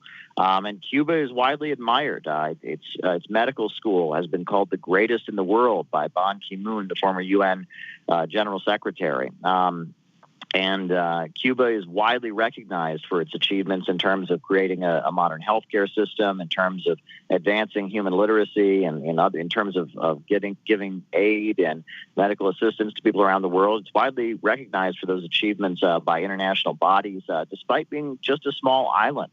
The fact that just a small island can have such a global impact really kind of shows how important the Cuban Revolution was. Yeah, the medical part is important, but let's not undercut the highest and the most important thing that Cuba has given the world, which is, of course, the cigars, the Cuban cigars. No, the medical thing is pretty phenomenal, considering it's, like you said, it's such a tiny island. How did they break away? This is always the interesting thing. Whether we're talking about Haiti or whether we're talking about Cuba, it seems that the mechanics of it, especially when you have this kind of superpower that's backing the government, to keep that government in place, the repressive government. How did the people within the context of that government break away, pull the yoke off in order to kind of fight back what ultimately ended up was always going to be a military conflict? Or revolution, I should say. Well, there were divisions within Cuba's ruling class, no doubt about it. And Fidel Castro was from a very wealthy family, but he went into exile. He was able to return and launch a guerrilla uprising against the government. Then you had in the urban centers the labor unions supporting his move and going on strike, and you had Che Guevara operating a radio program, broadcasting to the population and firing up the population against the old regime. And one thing led to another, and strategic alliances were made. And the ultimate result was Fidel Castro becoming the leader of the country and the July 26th movement taking power. What's interesting is that the Cuban Communist Party is a merger of three major political forces in the country that were key in bringing down the Batista regime. That would be Fidel Castro's July 26th movement, as well as the Popular Socialist Party, which was like the Marxist Party, as well as a youth activist group called Democratic Youth that had been involved as well. And those three entities eventually merged into what is today called the Cuban Communist Party and leads the country. That is fascinating. When they made that choice to rebel, I would imagine, I'm always fascinated by the mechanics of the vote to rebel, because at some point there has to be a conversation that takes place of sovereignty, or whatever we consider to be the sovereign is no longer the sovereign, that there's some kind of dual control or dual fight in regards to governance, where an aspect or a group within the context of the society decides to push back, and the population makes a choice somewhere along the line of saying, this is what we want, or that's what we want, even if that choice is just not to get engaged or not to get involved because the government has alienated the society itself. The choice, the fight in this sense, whether it's in Cuba, whether it's in Haiti, or for that matter, whether it's in Zimbabwe, does the mechanics of this end up being somewhat the same? Like they like to say when a body dies that it sends the organ shut down in a similar way. Is that something similar in the way that these revolutions basically took control or took power? Well, John F. Kennedy said that those who make peaceful revolution impossible make violent revolution inevitable. And that in every one of these instances you described, this wasn't an act of adventurism. This wasn't an isolated group of people going out and engaging in provocative acts of violence. It was rather the result of peaceful democratic struggles for many decades not succeeding, and the ability of people to peacefully organize and fight for better conditions, within the structures that existed, being cut off. And as a result of that, people essentially engaging in acts of self-defense. The Cuban Revolution was largely an act of self-defense on the part of a population that was fighting for its life and had been battered and destroyed and suffered so much under the brutal dictatorship that really they saw no choice. It was a kill or be killed situation, and they ultimately, took up arms to overthrow the government. And you can compare it to the founding fathers of the United States and how they made that similar decision. And that it's important to distinguish between left adventurism and punchism, Blanquism, and other deviations, and actual, principled decisions made by mass organizers who would prefer a peaceful transition to a better society, but are forced by conditions and by the old regime to take up arms. You mentioned, actually, I want to go back to another aspect of this that you had mentioned earlier in your introduction. From 1902 to 1959, when the revolution, took place. What did the Cuban government during those years do wrong? What were they doing specifically in order to ignore what sort of vested interests were they serving? Can you just describe that for us, Caleb? Well, I mean, it was a process of keeping the country under the control of foreign corporations and largely keeping it underdeveloped. I think there's a really big misconception people have. They think that, Western corporations and Wall Street are going around the world developing the world. But what they actually do is they go down around the world and they hold back development. They keep countries as captive markets that don't develop their own industries, don't raise their people up out of poverty, and are kind of forced to buy most of their products from the West.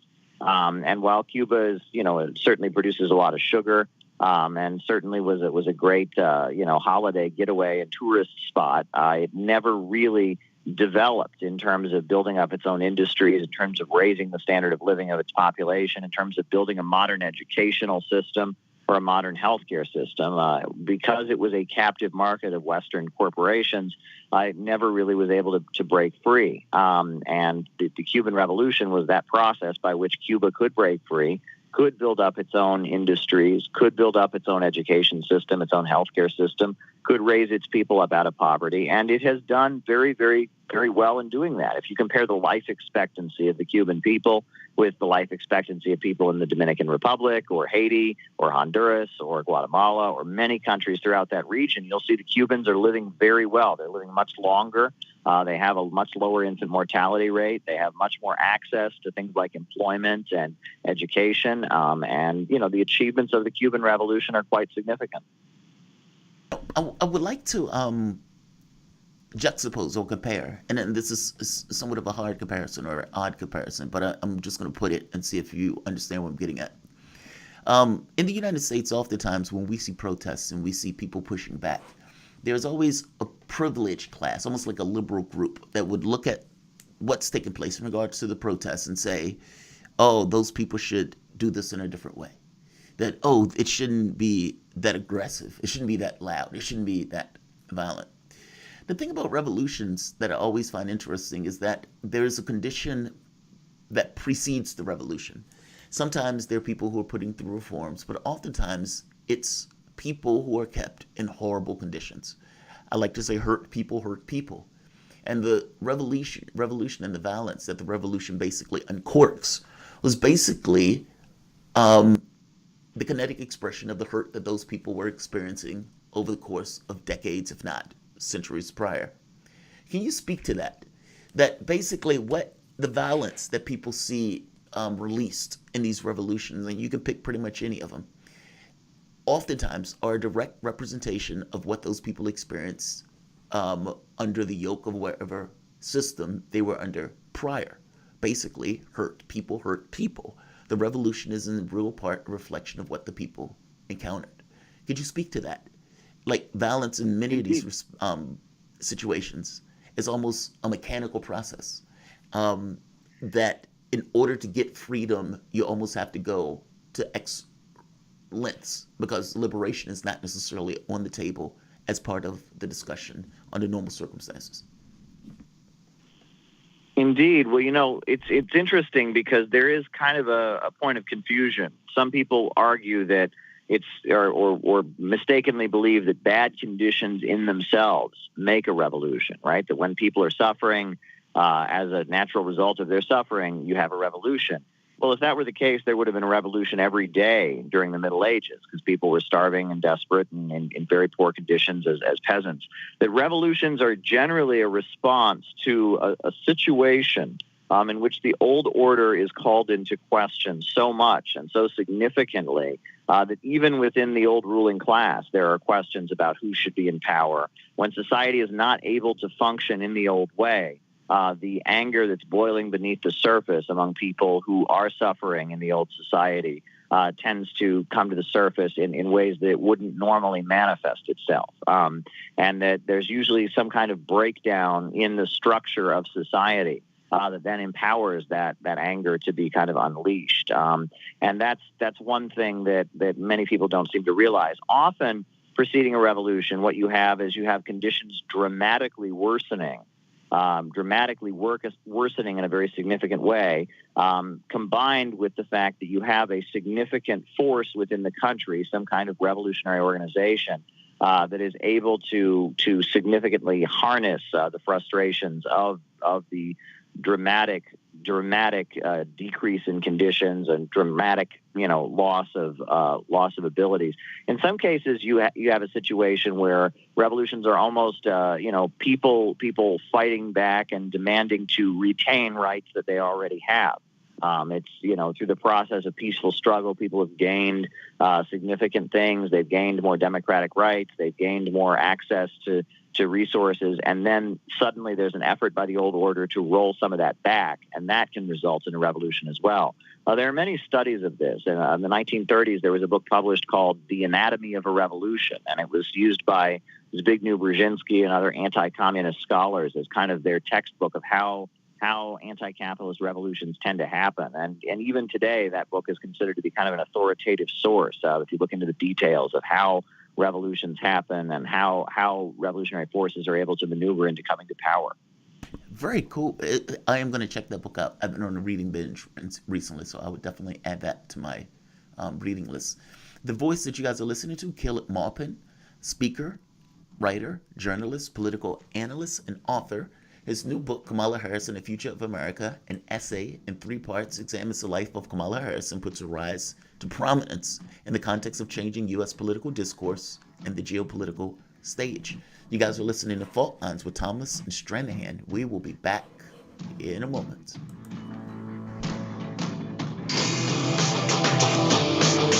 Fault Lines.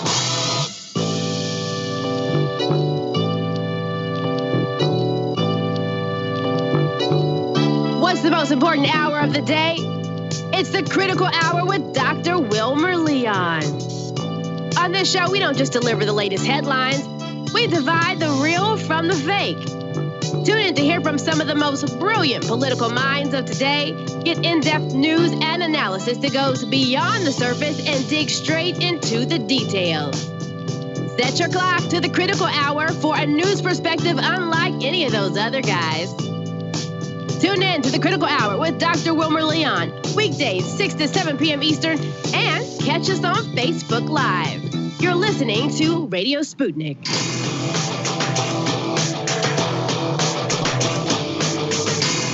Fault Lines. Welcome back to Fault Lines on Radio Sputnik. My name is Jamarl Thomas. I'm joined by my co-host Shane Stranahan, coming to you live out of our station in Washington, D.C. Joining us is Caleb Maupin, speaker, writer, journalist, political analyst, and author. His new book, Kamala Harris and the Future of America, an essay in 3 parts, examines the life of Kamala Harris and puts her rise to prominence in the context of changing U.S. political discourse and the geopolitical stage. Speaking of Kamala Harris, since you wrote the book on her, Caleb, I'm glad to have you here.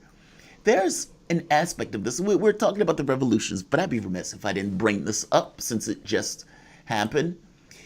There were several things that happened. Kamala Harris has a history of just being flagrantly, radically, emancipatorily, and I know that part's not a word, disingenuous. And she does this constantly. Whether it was the support for Medicare for all when it wasn't really Medicare for all, the marijuana stuff, the giggling and laughing, talking about putting people in prison, about her smoking when she was asked about this. And recently, this. Oh, and you also had the thing about Joe Biden, where she was talking about the busing thing. She was like, how was that black child, Joe Biden? It was that moment. So then you have this recently. In a wide-ranging interview with the magazine, Harris, the child of immigrants from India and Jamaica, remembered the first civil rights march she attended in a stroller from which she fell, getting separated from her family. Quote, my mother tells me the story how I'm fussing, Harris told Ashley C. Ford at Elle magazine. Quote, and she's like, baby, what do you want? What do you need? And I just looked at her and I said, freedom! I just said freedom. Interestingly enough, this sounds extremely familiar. The reason it sounds familiar is because Martin Luther King says something similar a while back. Martin Luther King. I will never forget the moment in Birmingham when a white policeman accosted a little Negro girl, 7 or 8 years old, who was walking in a demonstration with her mother. Quote, what do you want? Unquote, the policeman asked her gruffly, and the little girl looked him straight in the eye and answered, freedom. She couldn't even pronounce it, but she knew. It was beautiful. Many times when I have been in sorely trying situations. The memory of that little one has come to mind and has buoyed me. Who knew that Martin Luther King was talking about Kamala Harris? That's pretty astonishing that they have the exact same story. Is this something that has just been a part of her repertoire? This just making stuff up flagrantly like this, or this pleasurizing? I mean, this is astonishing that somebody would do this again. I mean, this is the second time she's gotten caught with this. Well, is it possible that similar incidents took place? Let's not rule that out. And to be fair, is it possible that perhaps Kamala's mother made this story up and told it to Kamala and she believed it, and her mother is the one who plagiarized it from Dr. Martin Luther King, as many parents will take cute anecdotes about other people's children and make them about themselves. And we really don't know the basis of this. But I think the reason this is getting so much play is because of Kamala's long record of being disingenuous. Many people see Kamala Harris's attempts to paint herself as this iconic, figure associated with civil rights, who was so adorable as a child. Look, you could buy a T-shirt with an image of her 10-year-old self on it. Many find the Kamala Harris attempted mass-marketed personality cult to be a little bit disingenuous. It just doesn't catch on. Obama was very much able to sell himself, and Obama really was able to win the loyalty of very, very big sections of the population, both black and white. Obama was able to really kind of capture people's imagination. Kamala Harris seems to not be able to do so very well, and every time she tries to escalate the adorableness and the lovableness of her story, it seems to kind of backfire, and this is yet another example of that. I think it's because Obama's inauthenticity was authentic. Meaning, like, for example, the hope and change doesn't mean anything. It's this kind of saccharine, this sugary thing that you give to people where they leave feeling a particular way about it. But he sells it so well. He croons so well. He plays basketball. Like, all of these things are like him managing an image.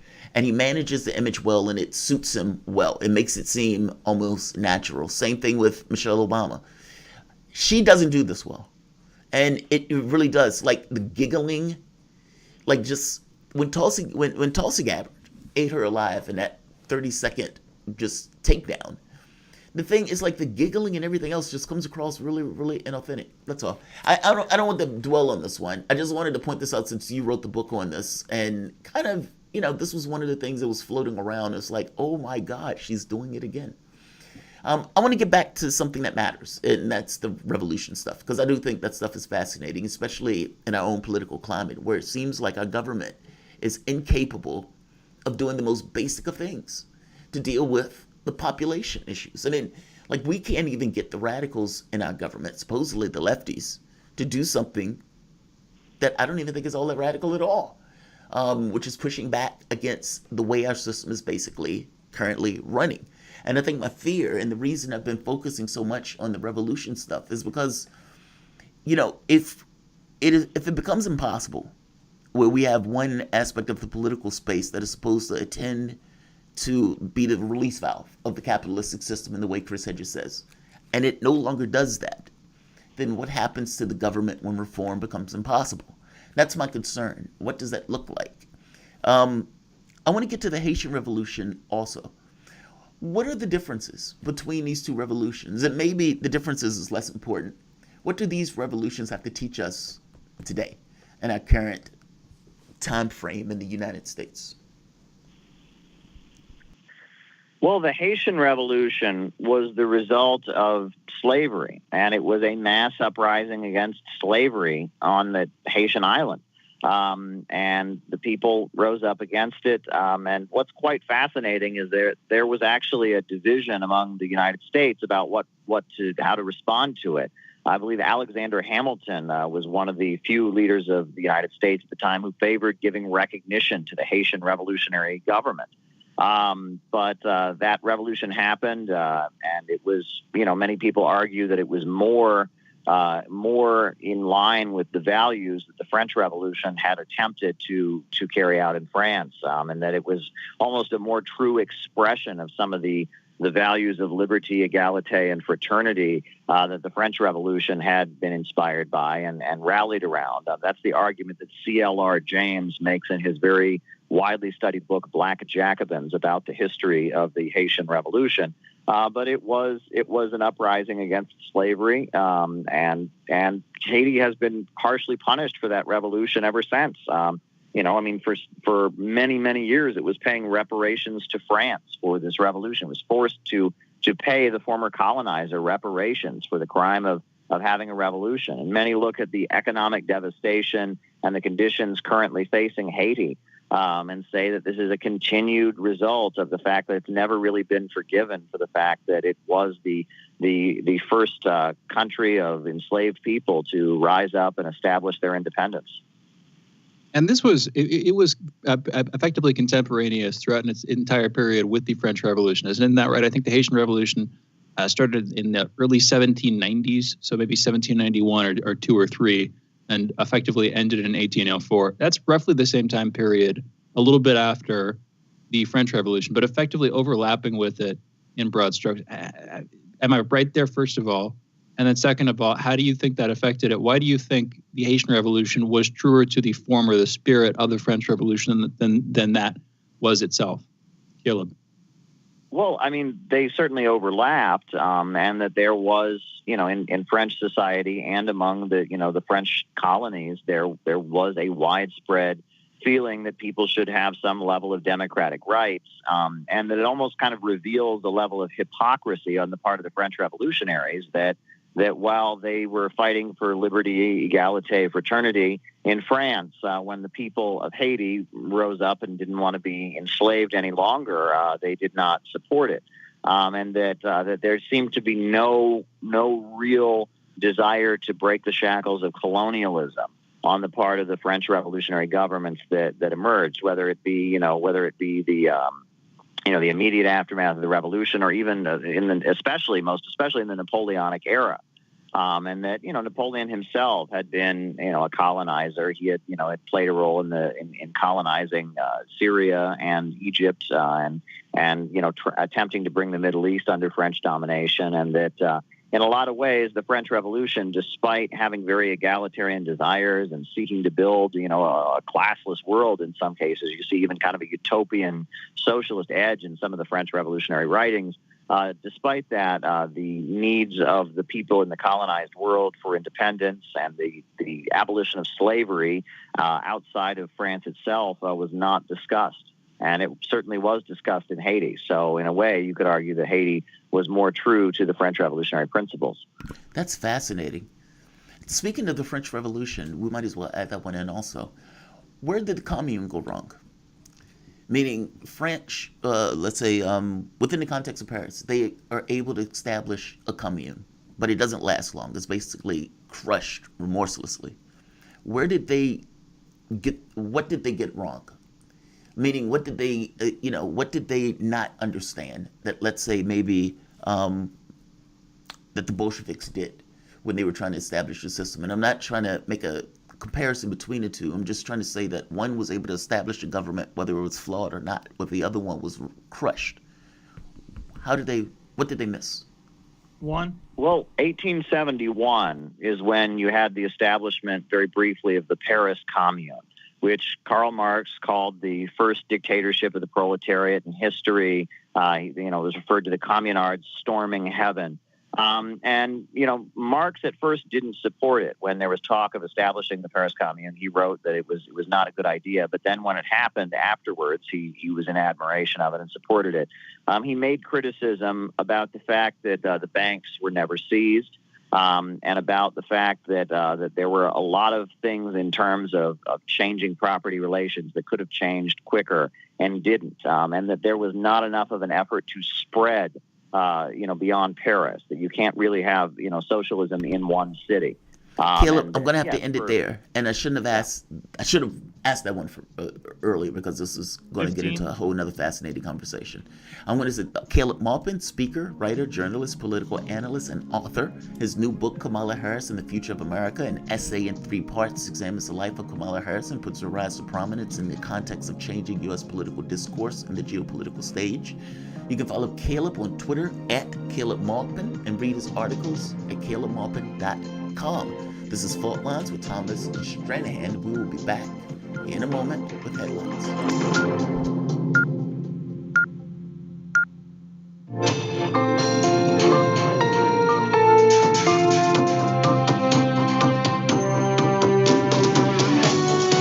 You're listening to Radio Sputnik.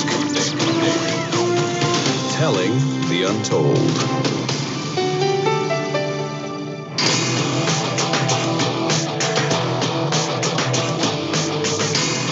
Fault Lines. Live from the divided states of America, it is now time for our last hour this morning of news, politics, and more in the politically independent corner. I am your political analyst, Shane Stranahan. And in the left corner, I am your political analyst, Jamarl Thomas. And together we are Fault Lines with Thomas and Stranahan.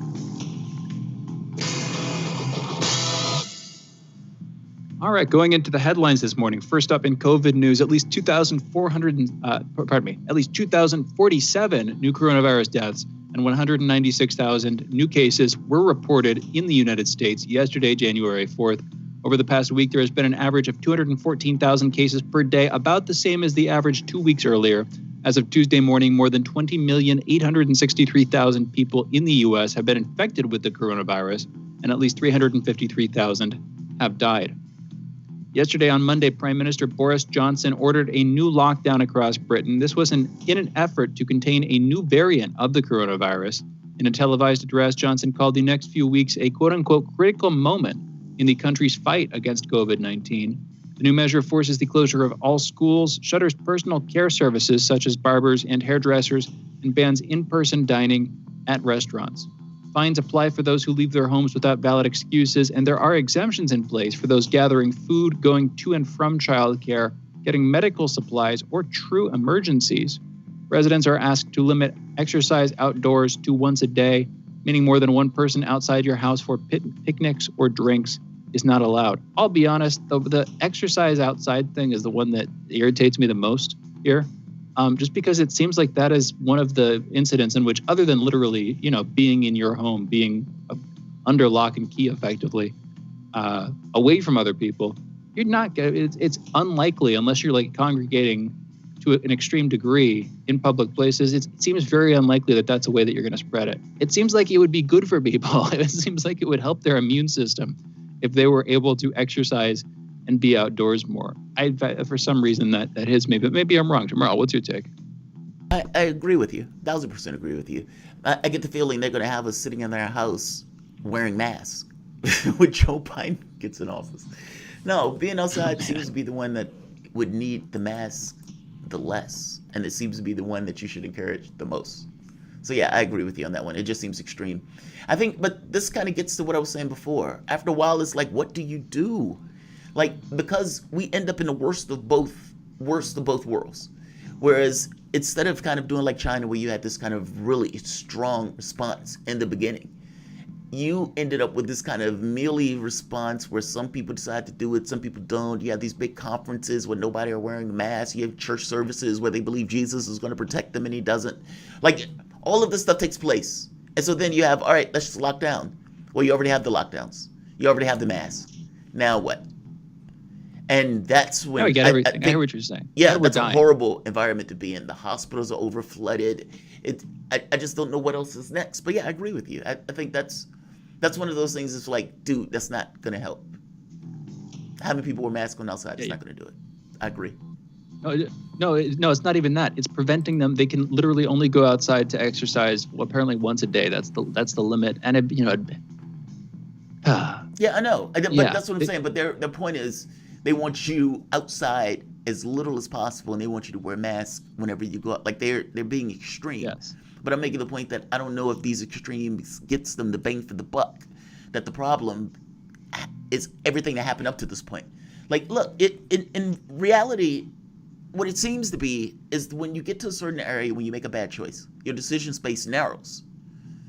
And the further down you go with those bad choices, the further and further your decision space narrows. And you end up with, like, bad options. You know? Have you ever seen that TV show Breaking Bad, Jamarl? Did you ever watch that? Yeah, exactly. Right, yeah.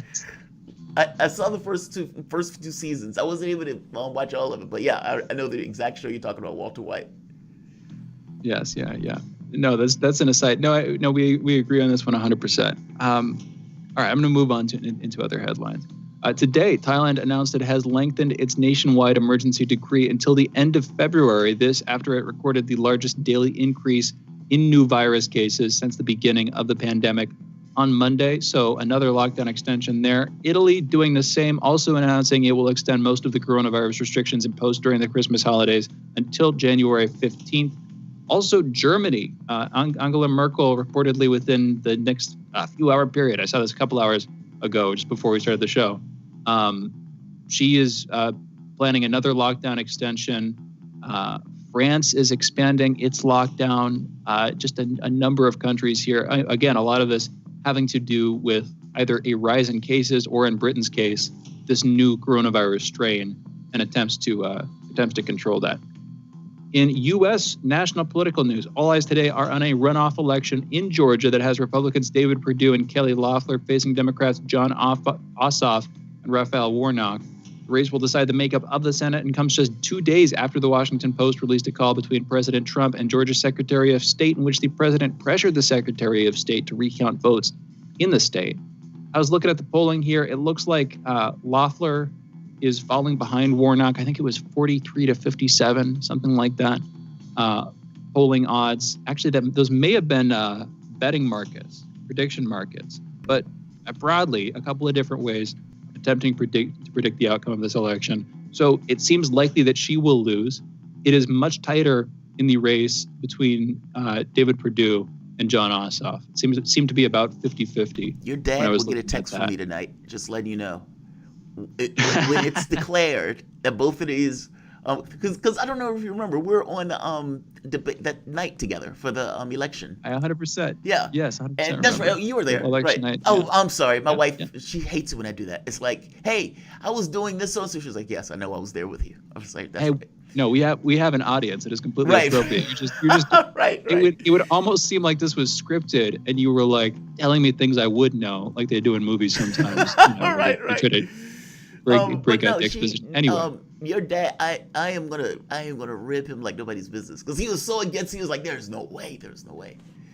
I was very confident. I stood there completely confident, even though I was, stoic. So what if he comes back at you? And I'm not trying to borrow trouble by playing the devil's advocate here, but I can very well see this. What if he comes back at you, and it's not Dominion and the ghost of Hugo Chavez, but he starts bringing up the accusations of voter fraud. I don't know if he would. He wouldn't do that. More broadly elected. I get the feeling he wouldn't do that. Especially not for Senate races. I don't think he'd do it for Senate races. But no, this is tongue in cheek. I'm totally being tongue in cheek with this. But I did fully think that they were going to take it. I thought they were going to take the House, Senate, and the presidency. In fact, I couldn't conceive of a situation where they didn't take the Senate. Because my thought was, but I didn't think they were going to lose seats in the House. That's the catch. I thought it was going to be a rout. And so it's like the weakness that they were showing, I didn't foresee that. I thought it was going to be far stronger. And so when there's a certain bit of bravado here, but the honesty of it is more nuanced. They did keep the House, but I did think they were going to take the Senate. And so these two seats, they're up for grabs.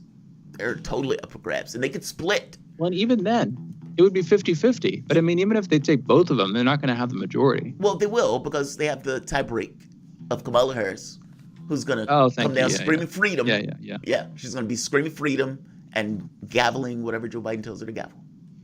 So let me ask you this. Do you think that's better? Do you think that's I know this is radically cynical, but do you think Biden wants Democrats to even take the Senate?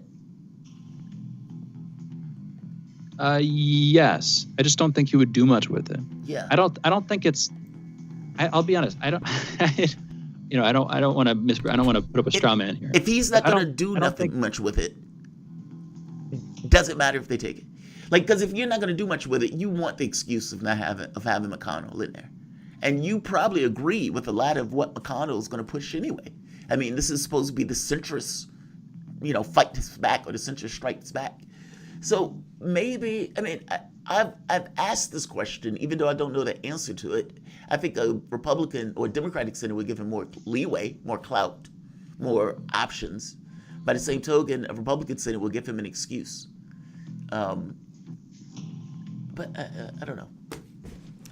It's cynical. It's a cynical approach. I do think he wants it. I just don't think he would give you or other progressives what you want. And I don't think that I think it would probably be bad for America, because frankly, what the center wants is not good for the United States. Perpetuating the status quo, continuing to wage wars in the way that we're doing, and probably starting new ones. The suppression of free speech, using social media as a tool algorithmically to determine what people are allowed to say to each other. I think that's one of the biggest missed stories. I think Garland Nixon brought this up, how the Hunter Biden story was treated. But in 2020, the acceleration of control of the news and of culture through the internet, through these big tech companies doing this stuff, and the government using them to do this stuff. If I had to choose one story for 2020, it would be that. That was a big deal. And that was underreported. Most significant. And that's only going to get worse under Biden. I mean, if you look back at what Elizabeth Warren was saying during the primaries about what she wanted to do for speech and stuff like that with tech, oh God, it was horrible. She was talking about and that's one of the most significant. Yeah, that's one of the most significant differences between Democrats and Republicans. Is that what Democrats, as far as I can tell, want to do is to suppress as much of speech they don't like as possible, whereas Republicans want to suppress slightly less speech than we're currently doing now. It's not like it's a complete polar opposition, but there is a big difference in terms of how they want to treat things. Having said that, with the massive antitrust lawsuits going on from attorneys general across the country against Facebook, against Google, it's happening anyway. This sort of process of, I don't know exactly how this is going to go, so I don't want to try to frame it in too sharp a term here, but like breaking up the tech companies, grinding them under your heel, and then recreating them in some new order that's almost certainly going to be in the best interests of Washington, of America's political establishment. That's already in place. That's already taking place. It's already in its process. And I'm just worried how that's going to go. You know what I'm saying, Jamarl? It's funny, as you said there, as you were saying that, I was like, great, but what does that look like? I was just like, because again, just because you do something that might be good in a technical sense doesn't necessarily mean it always turns out great. That's a wait and see thing. I'm curious on what that's going to look like. Because the integration of services and stuff like that people get, I think people love. Even though they also might want antitrust lawsuits. But you may not be able to get both, if that makes sense. As far as I can tell, it is a contest between two powers, and neither of them have our best interest at heart. It's a contest between Washington and the tech companies. And for the most part, they work together, but there's always kind of been this tacit threat that one of them was going to overtake the other. Either that Washington would, do antitrust lawsuits to the tech companies if they started to overstep their bounds, or that this sort of new cultural and economic juggernaut that are the startups would overtake or overpower politically and economically what Washington is able to do. This has been like a contest for a while, and it seems like they're just sort of merging. And that doesn't seem good for anybody. And it seems like the antitrust lawsuits will help to accelerate the degree of that merger, if that makes sense. That's what I'm worried about. That's anyway. The rub with government, though. I mean, like reality doesn't provide us any outs on that stuff. And this goes to kind of your conversation I think you make about like structures and institutions and those type of things. Like, it makes all the sense in the world. For example, military. If the modus operandi is to protect your people, and the modus operandi is not to have your people die, that also includes your soldiers. Even though the soldiers may say, yes, we'll sign up for this because we're doing it for the best interest of the country, etc. So you would want flying killer robots. You would want drones to go out there and do the killing. But think about what that means. You basically have robots that go kill other human beings, which also doesn't sit comfortably, even though you don't want your own people dying, and it feels a little bit better to have a contest where it feels like your people are killing, etc., where both people are in contest exposed to one or the other. But it makes all the sense in the world for the robots to do that particular job. Isn't the same thing true with this? That this is just a logical escalation in regards to the direction of things where you would expect them to go. For example, why wouldn't government do that? If government is this kind of sovereign power broker, why wouldn't it try to accrue more power? Why wouldn't it try to undermine institutions of power that may try to screw with it? Because the political system thought that it was being undermined because Hillary Clinton lost that race. That's where I think a lot of this comes from. I just think this makes all the sense in the world that governments or power centers would try to accrue more power. It's like, so how do you deal with the government or with any of the power center trying to accrue more power in this situation? I don't know how you stop that. Does that make sense? I hear you. I don't think you. I don't. Yeah. We. You know what? I'm going to close out headlines here. Those are headlines. You're listening to Fault Lines with Thomas and Stranahan. It does make sense. The slime mold of power, where it sort of eats everything, and dissimilarities become more and more similar and homogeneous as it eats more and more. I can hear that. That's not the argument you were making, but that's sort of the view that I have of it. But the problem with that, and we got to go into a break, is that in the long run, to use the Nicholas Nassim Taleb idea, it becomes fragile. What you want is a system that is anti-fragile. You do not want a completely homogeneous system. You want sort of diverse centers of power. And even if they're not balanced, you want them to have different beliefs and to be operating in different ways so that if there's some fundamental structure, the whole thing doesn't come crashing down almost inevitably, which, nothing we've seen so far other than the universe itself appears to be undying. Everything dies. Nothing is immortal. And you would think that if everything is swallowed up into one massive monolith, that at some point there are going to be some cracks and it's not going to be able to repair itself. It's going to be structurally blind to its weaknesses, et cetera, et cetera. Anyway, we have to go into a break. We'll come back to that later. I'm sure you're listening to Fault Lines with Thomas and Stranahan. We'll be right back on the other side of this break. Fault Lines. Catch all the breaking global, political, and economic news as it happens. Sputnik brings an all-star lineup with expert opinion from some of the biggest names in the news today. Noam Chomsky. Turkey, U.S. ally, their main goal is to attack the Kurds, the one ground force opposing ISIS. And there have been a kind of a funnel for support of ISIS, not officially, but in practice. Peter Sunde, co-founder of the Pirate Bay. We don't have any sort of democratic control over the internet. And I think that we're very naive when we think that the internet itself is intrinsically good. It's not. It's just a very neutral technology that is being used for good things, but more and more being used for evil things. Icelandic Foreign Minister Gunnar Bragi Sveinsson. Increased activities in the Keflavik airbase, and that has to do with more activities from the Russian Northern Fleet in the ocean around Iceland, and also, of course, these usual flights of the bombers. Robert F. Kennedy Jr. We're the ones that destroyed the government of Libya. We're the ones that, in a pipeline dispute, that helped destroy the government of Bashar al-Assad in Syria. We're the ones who invaded Iraq. Former U.S. Secretary of Defense William Perry. The hostile relationship between the United States and Russia today is dangerous for both countries, not because either country would actually want to start a military conflict, but because there's always a danger of blundering. Sputnik talks to the brightest minds in politics and current affairs to find out what's really happening. Tune in.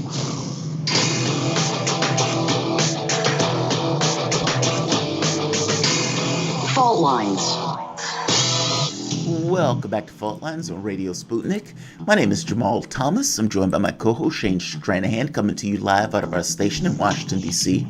If you guys are in the area, you can catch us on radio at 105.5 FM and 1390 AM. We're also in Kansas City at 102.9 FM and 104.7 FM. If you guys are digging what Shane and I are putting down, whatever platform you're consuming us on, definitely like the audio or video, and definitely share that audio and video. If you guys would like to join in on the conversation, you can send us a chat, a tweet, and of course, you can reach us by phone at 521-1320. That is 202-521-1320. But joining us, Taylor Hudak, journalist and editor at Activism Munich. What is it? Am I pronouncing that right? Activism Munich? Yes, you are. Okay, excellent. Just making sure. Welcome back to the show, Taylor. How's it going today? It's going well. Thanks for having me. Absolutely. And this is a celebratory day, I would imagine. And I'm saying celebratory, even though I don't entirely feel that way. Because I feel, like I said, there's a weird melancholy around this for me. Because I don't know entirely what it means. Julian Assange and the extradition has been denied by the judge. That gets a woo-hoo, to put it mildly. But the judge didn't do it for press freedom. In fact, the judge basically agreed with the argument that the United States was making, fundamentally. But the judge, her choice, had more to do with the notion that he's autistic. And because of the type of autism he has, American prisons are uniquely horrific, basically rape factories. And as such, we don't want him to be put in that situation because he would find a way to kill himself. Now, she didn't say rape factory, that's what I'm saying. But basically that they're so uniquely bad. It's such torture that he would basically find a way to kill himself. And whatever measures the United States puts in place to prevent him from doing such, he would overcome. It is a very weird ruling to make. So in one sense, not a protection of press freedom, but in another sense, no, we're not going to extradite him. My immediate question went to this notion of the legal precedent that the judge is using in order to protect Assange from extradition. And what does it mean legally? I know what it sounds like, but when it comes to another judge that is going to apparently make the determination of whether or not the appeal goes through, because the U.S. government is going to immediately push through for an appeal on this decision, does the wording and what the judge used come into prominence? Meaning, I'm focusing so much on the ruling because there may be a legal precedent. It may be legal wording that is being used by the judge that the appellate court comes into play, may use to determine whether they sustain this verdict or whether they overrule it and whether they send him to the States. Does that make sense? It's like there's a certain degree of trepidation built into this for me just from the torture that Assange has endured. And on one other front to this, the public execution. So I'm sorry? Say it one more time. No, I was just saying you're exactly right. The judge did deny the extradition request, not based off of the fact that this case is clearly a threat to press freedoms and freedom of speech and its attack on all journalists, but she denied this extradition request because Assange has mental health issues and also the fact that our prison systems in the United States are in no way equipped to accommodate somebody who has autism spectrum disorder and who has depression, which is what Assange has. I will say, though, that this is absolutely a victory for Julian Assange. There's two issues at hand here. There's the issue of press freedoms and the overall precedent that could be set because the judge did agree with the United States government's arguments presented in court, but she did not agree with their assessment of Assange's mental health or their assessment of the U.S. Prison system and our conditions here in the prison. But I think this is an absolute victory for Assange. And while I am an advocate 100% for press freedoms, Julian Assange's life is going to be saved. And I see this as a huge victory, but we still need to keep fighting and keep pushing because he is still in Belmarsh prison right now. And a bail application is going to be made tomorrow. That's the other part. Look, are they going to let him out? Go for it tomorrow. That's the and not just let him out. Mm-hmm. The public execution aspect of this. I mean, Assange has basically been stuck in an embassy for 7 years, and in addition to being stuck in an embassy for 7 years, he gets dragged out, thrown into a prison, where he becomes a literal political prisoner for the next 2 years, where the 50 weeks pass and they still just keep him in the prison. Belmarsh prison is a horrible prison system. And yet the judge is basically arguing in the document that he is bloomed in the Belmarsh prison in comparison to what would take place in the States. They put him in a little box in the middle of trial, meaning it seems that all of this was done as a public execution of Assange in order to have Empire basically say, don't follow this course of action. What do you think about that aspect of it? That it seems like you said, it is a victory in the sense of pulling him out, but it's a victory in a weird backwards way of sorts because of everything that he had to endure just to get this notion of putting out truth to the world. Right. The punishment, I spoke with Lori Love actually while I was in London, and his case was actually referenced in the judge's decision here because Lori Love successfully fought extradition from the process has been punished. Taylor, we're having some trouble connecting with you. I think we may have to call you back, Taylor, just because you're cutting out there. Sure, we're taking care of that right now. This is a victory. It's we were having that conversation with my dad, and he kind of came down on us. He got kind of frustrated. I can tell talking to us about this because we were focusing on how bizarre the ruling was, and he was like, "This is Champagne Day. You should be celebrating." I get where he's coming from with that. It is a victory, but there's also it's a massive victory right now, but he's still in prison. And when we get Taylor back on, I want to hear what the timeline is with the bail application they're filing, with the appeal process, what the sort of upcoming events are, as well as to do, which I think we should, a sort of refresher of the case. I hear we have you back, Taylor. You were talking there. I didn't want to cut you off. What were you saying? Yeah, no problem.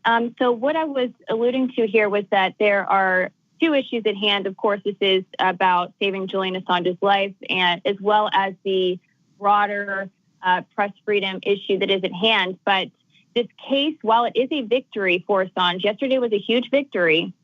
We have to be very careful because he still is in Belmarsh prison, and the U.S. government is going to appeal this decision, and the judge can keep him in prison until that appeal has concluded. He also could be out of prison as well. But there is a bail hearing that's going to take place tomorrow, Wednesday morning, and we will find out then if she grants him bail, and they'll have to show that there is 4 conditions in Belmarsh prison that would make it appropriate for him to be let out on bail. And I think that there are, because the prison is actually filled with many COVID cases. So hopefully she makes the right choice here and allows him to be put on bail. And with the appeal process, what is the timeline? When is that due, and how long does the judge have to deliberate on that? In other words, what's the sort of say she gets that, and say she deliberates on that, and say she does, the appeal doesn't go through? Pardon me, it probably wouldn't be her. What does this process look like, Taylor? Please, I'm a noob to this stuff. Just give us an overview. What's the timeline? Who does the considering here, and how long would the whole process take, assuming the appeal does not go through? Right. So the U.S. government has 14 days to apply the motion for an appeal. It will be decided by a higher court, and they could either approve the appeal, and then this case will be heard, like I said, at a higher court, or they could deny this appeal. And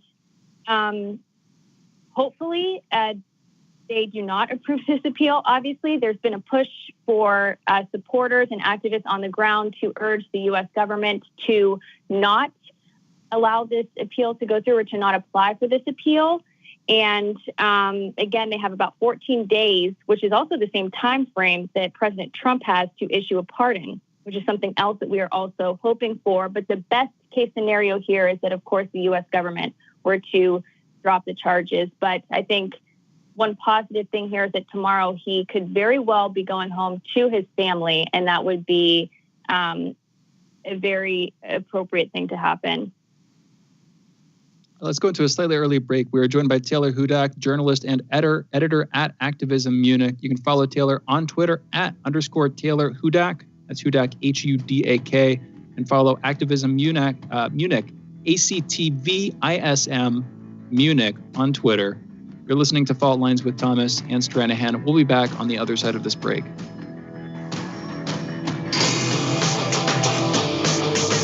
Fault lines.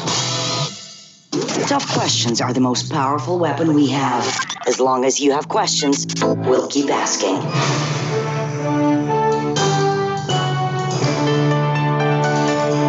Radio Sputnik. Telling the untold.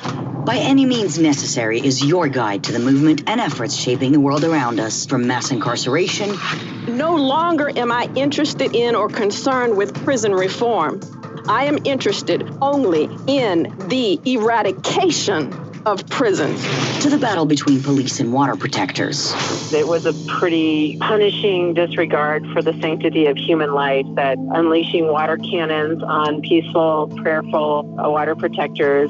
From efforts to protect the environment. The climate movement is ready to, with plenty of opposition research and force and strength, along with, the right of both science and morality, to fight them on this. To the movement for Black lives. When I first saw the Michael Brown video, and I saw that it clearly contradicted the narrative put forth by the Ferguson Police Department and by police supporters in general, 3 words came to mind. Color me shocked. Stay tuned to By Any Means Necessary, 5 days a week here on Radio Sputnik.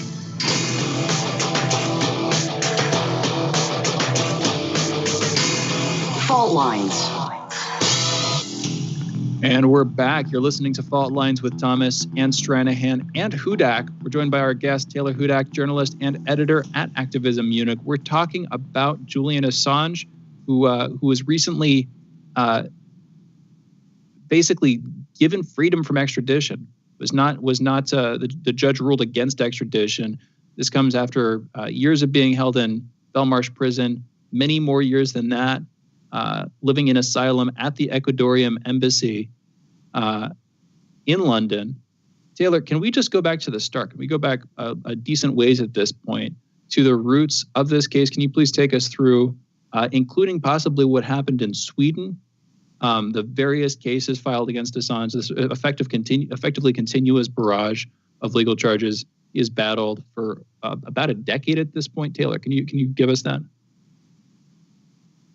Yeah, there's been legal issues going on for quite some time now. And this is all, in my opinion, and there is a lot of evidence to suggest this is all because of his exceptional journalism and the work that he has done through WikiLeaks. We see it through the case today as well. Assange is being specifically targeted. There are other individuals and other organizations that have published the same information that WikiLeaks has, yet it is Assange who is being specifically targeted here. But he is being charged with 17 counts under the U.S. Espionage Act of 1917. This is the first time it's being used against a journalist and a publisher. And 1 count of conspiracy to commit computer intrusion, which is, if you look at that indictment, you can see the language that's being used there is very vague. And the prosecution really struggled to make its case throughout the extradition hearings, really struggled to make their case. In fact, yesterday I was really stunned with what I was hearing from the judge, because initially she was siding with everything that the prosecution was saying.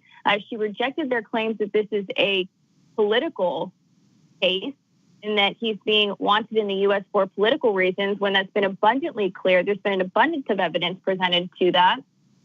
And she also was stating that Assange would receive a fair trial in the U.S.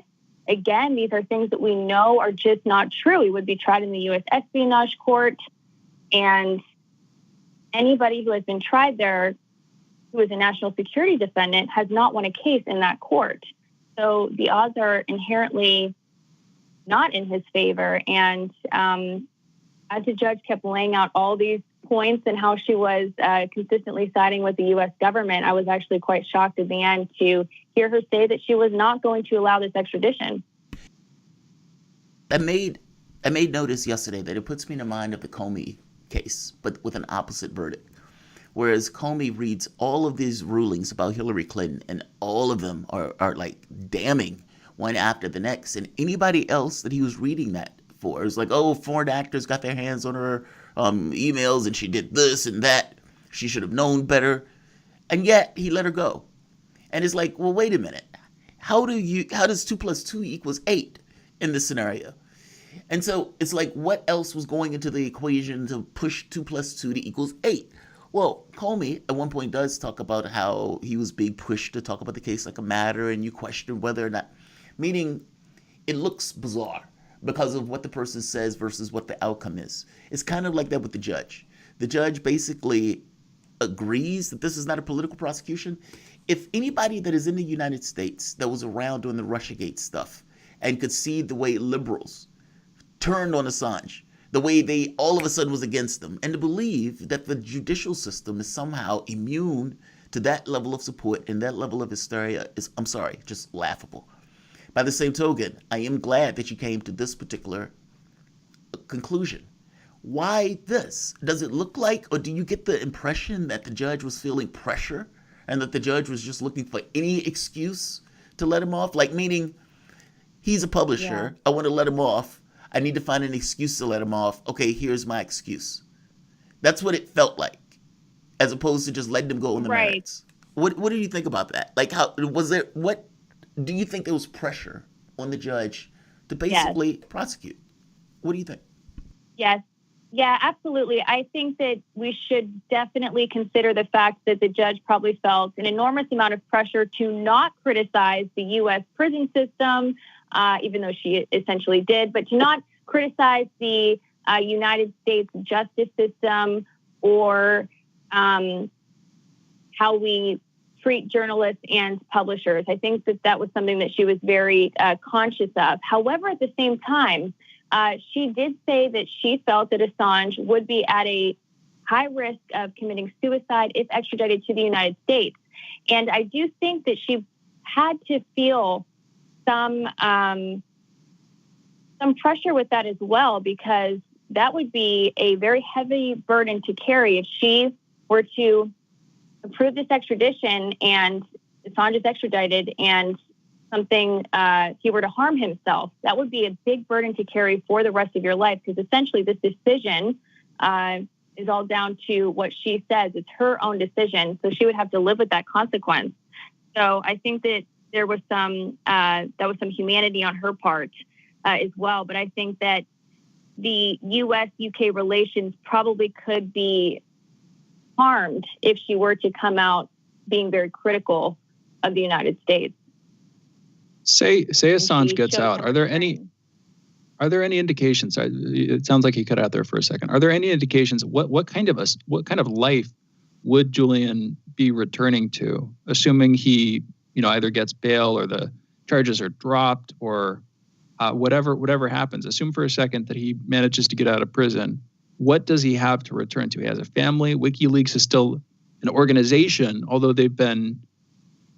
maybe not on hiatus, but they've dramatically slowed down their releases over the last couple of years. What would he be returning to, Taylor? Yeah, so he would be returning to, obviously, his fiance, his 2 young children. She has been advocating for him and has done a great job. Her name is Stella Morris, and she's also one of his legal advisors. I think that being released, he would be in a far better situation than he is in right now. That is not to say that life would be easy, because, of course, he is a victim of psychological torture, and that is going to impact him for many years to come, and we're not even sure exactly what that will look like. But as far as where he will be physically, I'm not completely sure. There's been some push for him to go back to his home country of Australia. Also, just yesterday, the president of Mexico also offered Assange asylum. So that was interesting. So there are some options out there. I'm not exactly sure if that will even be made public. I think it's probably best that maybe his exact location is not public since he is such a high-profile person. But I can say that 100% being out of prison is far better than being in prison, of course. 1,000%. Like, I think that's a given, to put it mildly. Shane is going into a good direction, though. Let's stay with that for a moment. What happens to WikiLeaks from here on out? I mean, clearly WikiLeaks was impacted by Assange being taken down and being put in prison. While he was in Ecuador, he was able to continue working with the organization. But, of course, that got worse as the psychological torture got more extreme, especially when they yanked him out, there was also feelings or ideas that the information that Assange had might have been pulled out of him because of the torture that he was experiencing at the hands of basically the Western services. What happens to WikiLeaks after this? Does WikiLeaks continue? Does Assange continue with WikiLeaks? I mean, has there been any communication at all in regards to what happens if he's released, or if the focus just entirely on just getting him out right now? It's difficult for me to answer that because honestly, I'm not sure. I'm not involved with the organization. I obviously support it and what they stand for. So I am not sure exactly what the plan will be moving forward, but he is getting a lot of support from people who are involved with WikiLeaks. Christian Rapperson, the editor-in-chief of WikiLeaks, has been at all of the extradition hearings speaking on behalf, well, not on behalf, but speaking in support of Assange. But as far as their publishing activities, I'm not exactly sure what that will look like in the future. But since Assange has been incarcerated, there have been leaks, most notably the OPCW leak, which was pretty significant. But it's right. very difficult for me to say. Continuing that same in that same vein, don't want to declare victory prematurely here, but how about for the various sort of activist movements and organizations that have been built up around attempting to free Assange, whether it's the Vigil for Assange, the work that you and groups I know you've worked with have done? Where does that energy go on the other side of a potential successful release of Assange from captivity? That's a great question. I know that right now the focus is 100% on keeping the fire going right now because, again, he still is in prison, so there needs to be continued support for him, and it needs to be amped up even more. And there needs to be pressure on the U.S. government, polite pressure to not appeal this decision, to let it go. It's been going on for far too long. Let this go. I believe that press freedom groups such as Action for Assange, they've been doing awesome work in D.C., holding protests against this extradition. And I believe that the organization will continue fighting for other journalists and whistleblowers and truth tellers, because there are going to be more Julian Assanges and Edward Snowdens and people who are brave enough to speak out against the powerful. And we're here to support all of them. What's shocking is that Obama initially didn't go after, Obama explicitly made the choice not to go after Assange because he thought that it was trespassing too close on this notion of press freedom. Trump had no such predilection, and his Justice Department just basically went after him. I think you had some of the papers putting out opinion columns talking about how problematic this is from the standpoint of journalists and the press. Now, like you said, this has been going on for years. And these papers, yes, they accepted his stories, they ran his stories, but when it came down to it, didn't back him at all. Why do you think there was such hostility among the media class in the United States against Assange? Do you think that was entirely isolated to this idea of the belief that it was WikiLeaks' fault that Clinton got elected? And what does that mean coming in with the Joe Biden administration, with I would argue, an administration that is going to be that much more hostile to his interests?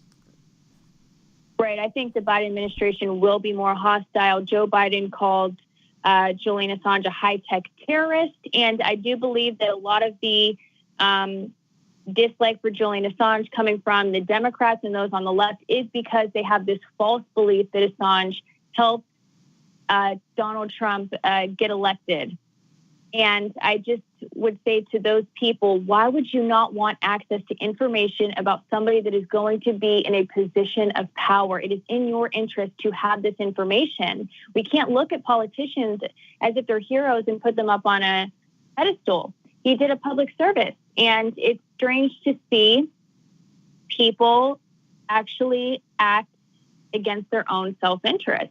It was in the public's right to know about this information, and whether or not you're a journalist or activist, the outcome of this case will impact everybody because it impacts the public's right to know. I think it's important now. It seems like a long shot, but keep the pressure on the Trump administration to pardon Julian Assange. The common theme there is that Trump has been very critical of the deep state, and Julian Assange exposed the deep state and the CIA specifically with Vault 7. Trump should honor that, and he should pardon Assange, and he should also pardon Snowden as well. Just to be clear, Assange and Snowden together did more as a pair than any other individuals, as far as I can tell. That's really right. Quickly, Taylor, we don't have any time really, but in about 30 seconds, to keep that pressure up, what would you recommend that people do in the coming weeks? Call the White House, and also go on social media, tweet at the president. Be polite, though. Urge him to please pardon Assange. Join a local protest for Assange, and just educate yourself about the case. Speak to your friends and family about it. This case is going to impact everybody, and Julian Assange's life is on the line. He's a father, he is a son, a partner, but call the White House and urge for a pardon. Taylor, thank you so much for joining us. Yeah, thank you. Looking forward to this. Optimistically, let's hope it comes to pass, and let's do what she says. You're listening to Fault Lines with Thomas and Stranahan. We're taking calls when we're back on the other side of this break. 202-521-1320 is the number. Back in just a minute. Fault Lines.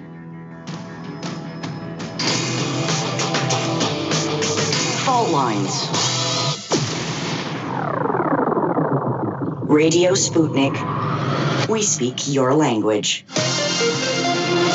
Find us at SputnikNews.com. Are you bored? Are you lonely? Do you need a hug? Well, we can't give you that, but we can keep you up to date on Radio Sputnik.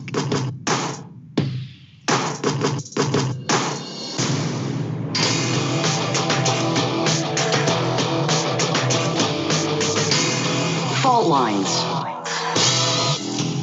And we're back. You're listening to Fault Lines with Thomas and Stranahan, and our phone lines are open. You can call in whenever you want. 202-521-1320 is the number. Again, that's 202-521-1320. We have Tarif calling in from New Orleans. Tarif, you're on the line. What's on your mind? Good morning, gentlemen. Thanks for taking my call.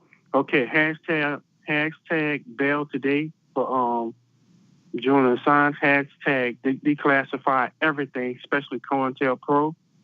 Hashtag force the vote for Medicare for all. Okay, they have a confusion on internet right now dealing with the protest tomorrow. Because they're saying they're closing down streets, or maybe they're not closing down streets. Is it for vehicles only, or for people walking? Somebody in the Trump administration, somebody need to clarify that. Maybe they might have to meet somewhere else outside of D.C. or something like that on inside. I don't know. Something's going on with that. Somebody have to clarify that for the protest tomorrow. My other comment. Okay, they had another report came out, which I linked to y'all, which y'all both can read, dealing with the vaccine from Pfizer and BioNTech, which they combined together. In Mexico, they had somebody, a relative of a doctor, took the vaccine. Sounds like you cut out. Hello? Can you hear me? Hello? Okay, here I go. Okay, Pfizer, the BioNTech vaccine that was for the COVID-19 was given to a patient down there, a family, relative of a doctor. And they took it. Several hours later, the person wound up paralyzed. The link for everybody to go and watch this. Matter of fact, hashtag Khalid Mitchell, whether she's telling the truth or not, something's going on. Basically, the family is not against vaccines. Tarif, just so I'm curious, if you've, in the United States alone, you've had like 350,000 people die, and you're having like 3,000 people drop dead daily. If in the context of putting out, 50 million doses of the vaccine, let's say 100 of those doses are, some comorbidity comes together that creates an adverse outcome. Is that reason that the other 20 million doses shouldn't be given. Meaning, I'm trying to get at, even if you're right, which I don't even subscribe to the fact that you're right, but even if you're right, is that just cause for other people not to do it? 1 out of, let's say, 20 million doses. Is that reason for you? Meaning in bringing up the off case, the marginal case, the off condition, is that off condition enough for you to say, you know what, we shouldn't have this rollout of the vaccinations because this 1 or 2 cases or 5 cases came down with some adverse effect from taking this particular vaccine that we don't even know entirely is connected to the vaccine? Okay, let me explain this. I got two ways of looking at this. Okay, the first way is this, that the vaccine has yet to be mass distributed. Only certain people still taking it. It's taking it, all right, before they start being injected with it. Okay, before 200,000 of people each month be injected with it in Sweden. My second comment to that. This one, we do have like hundreds of thousands of people injected. Okay, I was wrong. Okay, I was slightly wrong with that. Okay, the second comment is dealing with this. You have other drugs that people can take, like hydroxychloroquine. But that doesn't work. Steroid. The steroid. Wait. Before we move on from the hydroxychloroquine, that doesn't work. I know you keep putting these kind of weird every so often, but the predominance of the science on that has come back and saying no for that. So I get that you can. I legit do not. I'm back. I legit do not know that that's the case, Jamarl. It seems like it's counterproductive if you give it to people too late in the stage of the infection, but if you give it to people early, last I checked, if you give it to people early enough, it's productive. And you've had some people come out and say that. I'm not a research scientist on this stuff, so I don't want to act as if I'm authoritative on this. But from my understanding, the research that has been done on hydroxychloroquine, it has not been this panacea miracle drug that has been, touted by Trump and everything else. I don't buy that. Meaning, you can't, if you're going to make this argument about the margins and say, hey, these people around the margins have adverse conditions from the vaccine, what is your objective in saying that? Is your objective in saying that people shouldn't take the vaccine because 1 out of X number of a million people have an adverse side effect? I mean, I'm trying to understand your objective in telling us over and over again that every so often on the margins a person comes down with something. Look, I can tell you that same thing will be true for pretty much any drug that you give to somebody, especially with this much focus and this much eyes on the drug as it rolls up. And again, I don't even know if this is even true from the standpoint of the correlation between the two. I guess I'm trying to understand your objective. That's all. My objective is to report what I see with these links to give it to y'all. Because anytime we talk about things that's scientific, I know, Tarif, but understand what I'm getting at. There are a billion things that you can report. You choose, just like us. We choose. The producers, they make a choice on who they want to bring onto the show.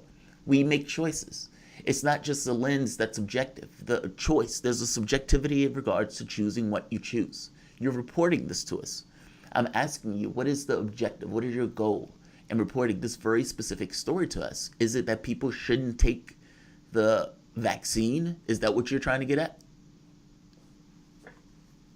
It's not about what I'm trying to get at. It's about your educated listeners that listen to Fault Lines Radio can make their own conclusions, Jamarl. The thing is this, I feel, in my opinion, this is my opinion, I'm going to share my opinion. I think this coronavirus vaccine, C19, was rushed. Okay? You have other therapeutics that's out there, and I disagree with you about hydroxychloroquine. Uganda, the Museveni bought the ingredients from India from Modi. Okay, I have a report on that. Just to be clear, I'm not a scientist. I'm not an epidemiologist. You're not disagreeing with me. You're disagreeing with the CDC and the World Health Organization and pretty much the other doctors in the country that basically disagree with the assessment of hydroxychloroquine. But move on from that part. I want to get to your point because it is about you. Because you're calling in and you're giving a perspective. For example, anything that I'm saying on this channel that's coming out of my mouth is about me on some level, because anything that I'm giving an opinion on has me built into the opinion. There's no way around it. I'm saying if you're telling us about this, and you're telling us each time, you're telling us for a reason. It's not just that you're presenting news with a very specific objective. Is the objective that people shouldn't take the vaccine because you believe there are other therapies out there, you believe that the vaccine came out too fast? Is that basically, I don't want to misrepresent. Jamal, science itself is ongoing changing. We both know this, right? You have new technologies that's coming out every day. And yes, they do have scientists that say hydroxychloroquine and the hydroxychloroquine is not working. And I saw the studies, and they have scientists that say that it is working based on when you catch the person early in the stages. Then you have a report that came out of China 6 months ago. If you give a person low doses of it, that's in full cornerstone with other drugs to knock down the ketostone, right? You can save the person's life if you give that person some oxygen therapy and some other things. What I'm saying is this: it's not about just belief. It's about looking at the data and going through it. Now, from what I understand, the Russian vaccine seemed to be working. I'm not hearing reports of people wind up being paralyzed. The Chinese vaccine seemed to be working. And also the South Korean vaccine, from what I understand, seemed to be working. What I'm saying is I'm just giving you reports of what I see. Now, if somebody come out with something else saying, maybe the report from Sputnik that reported it is wrong, then I'm open to it. All I'm trying to say is we need to investigate more into this subject. I'm about saving lives, Jamal. I'm not about just throwing out conspiracy theories based on how I feel inside my gut feeling. No, it's about scientific approach. We all know that. So look into read the thing today and look into it. That's all I'm trying to say. We'll check it out. We have other callers to get to. I want to thank you, as always, for your calls. We have D calling in from California. D, you're on. What's on your mind? Hey, you guys. I want to stick with the coronavirus stuff.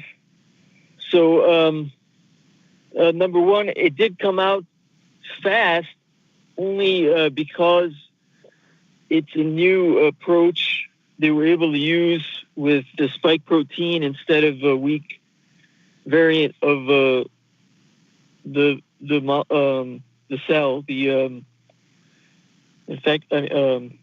disease. But and I do have some science background, and statistics is really really solid working knowledge of statistics and the scientific method, and looking at the original paper is required for that. D, you're rambling. We've got a couple other callers here. Real quick, where are you going with this? I just leave it at that. Thank you. All right, D, thank you for the call. We have Brave calling in from Atlanta. Brave, great caller. What's on your mind, man? Hey, what's going on, guys? Real quick. First, good on Tariq for calling to share information because it's important. The science is not fully in on the vaccine. The science is not fully in on the hydrochloroquine. All these things are still open, but there's a lot of information out there. So I think it falls upon all of us to get information, seek information, and then make the best decisions for ourselves and our family. I really wanted to call in to speak about your conversation from earlier in the show. I'll just say that we got plenty of history that tells us what we need to do to change the government or to stop what's going on. It just becomes a matter of when we decide to get that serious and get that angry. The people that work in Washington, they're not our allies. They're our employees. You guys are our allies. The people in Washington are our employees, right? So having said that, it doesn't fall upon me to be nice to anyone. If you're not working within my interest, it doesn't fall upon me to be nice to you. It falls upon me to say, you know what, my family first. Do your job or I will pull you out of there. And I'll be happy when everyone else starts picking up that mindset. This is not a game. People are dying. So I'll leave it at that. But great show, guys. Brave. I agree with you 100%. I just want to say that we get one, but 100%. Joe from Albany, New York. You got maybe 20 seconds here. Thank you for calling in. What is on your mind? Good morning, guys. I just wanted to call in for the same thing that the gentleman on the last one just mentioned. Basically, forcing the vote. I don't see the problem with forcing the vote so that I know what my representative is on. I don't do co-sponsors that don't hold no weight. We need to know exactly what our representatives are representing. And Medicare for All is one deal for me that I need to know about. Paul Tonko, I don't know if he falls in line with that. Paul Tonko is my representative. That would have been something that would have helped us on the progressive side. I agree. You know what? This is an ongoing conversation. We're out of time here. Thank you for the call. I want to sign us off today. Thank you, Jamarl Thomas, my co-host, for co-hosting the show with me. Thank you to our guests, Ted Rall, Pete Ingemi, Caleb Maupin, and Taylor Hudak. Thank you to producers Cameron and Raheem. Thank you, engineer Andre. And thank you, that is you, for listening. Signing off. We'll be back tomorrow, folks. Have a great day. Fault Lines with Thomas and Stranahan.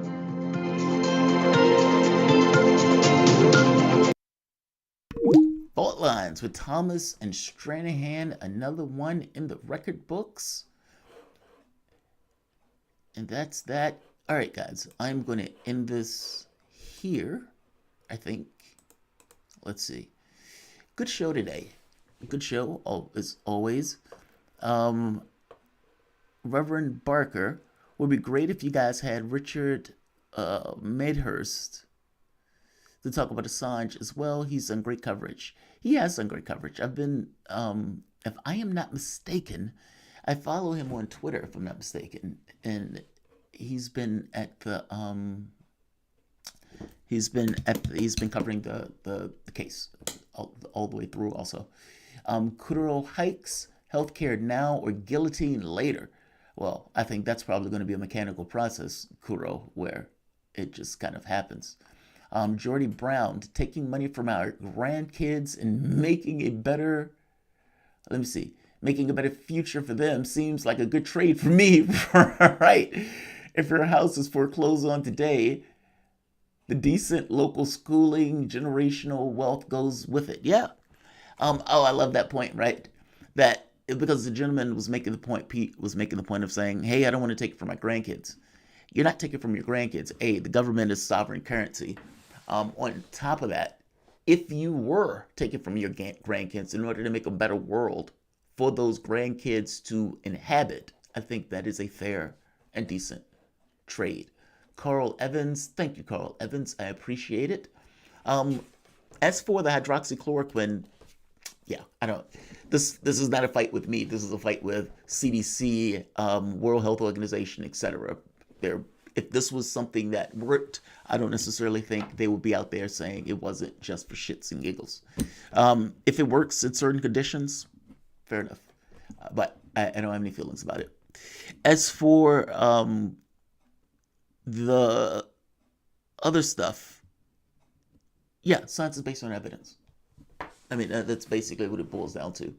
And if the idea that the vaccine was rushed, that just boils down to people not necessarily getting the science behind the way they did it. I understand there being questions about it. Questions are fine.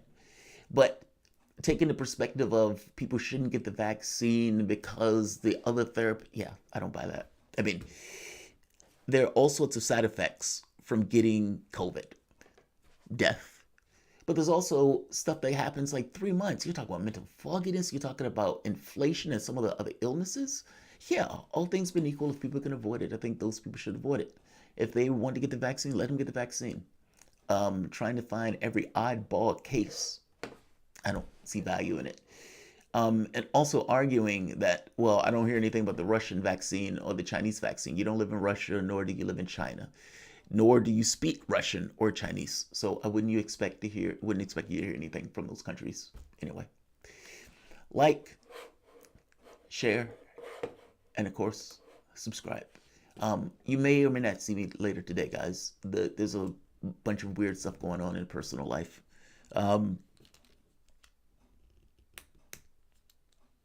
Yeah, we'll see. We'll play by ear. Thanks all. Don't forget to subscribe, by the way. Make sure you hit the subscription button because YouTube can do weird stuff at times. Like, share, and subscribe.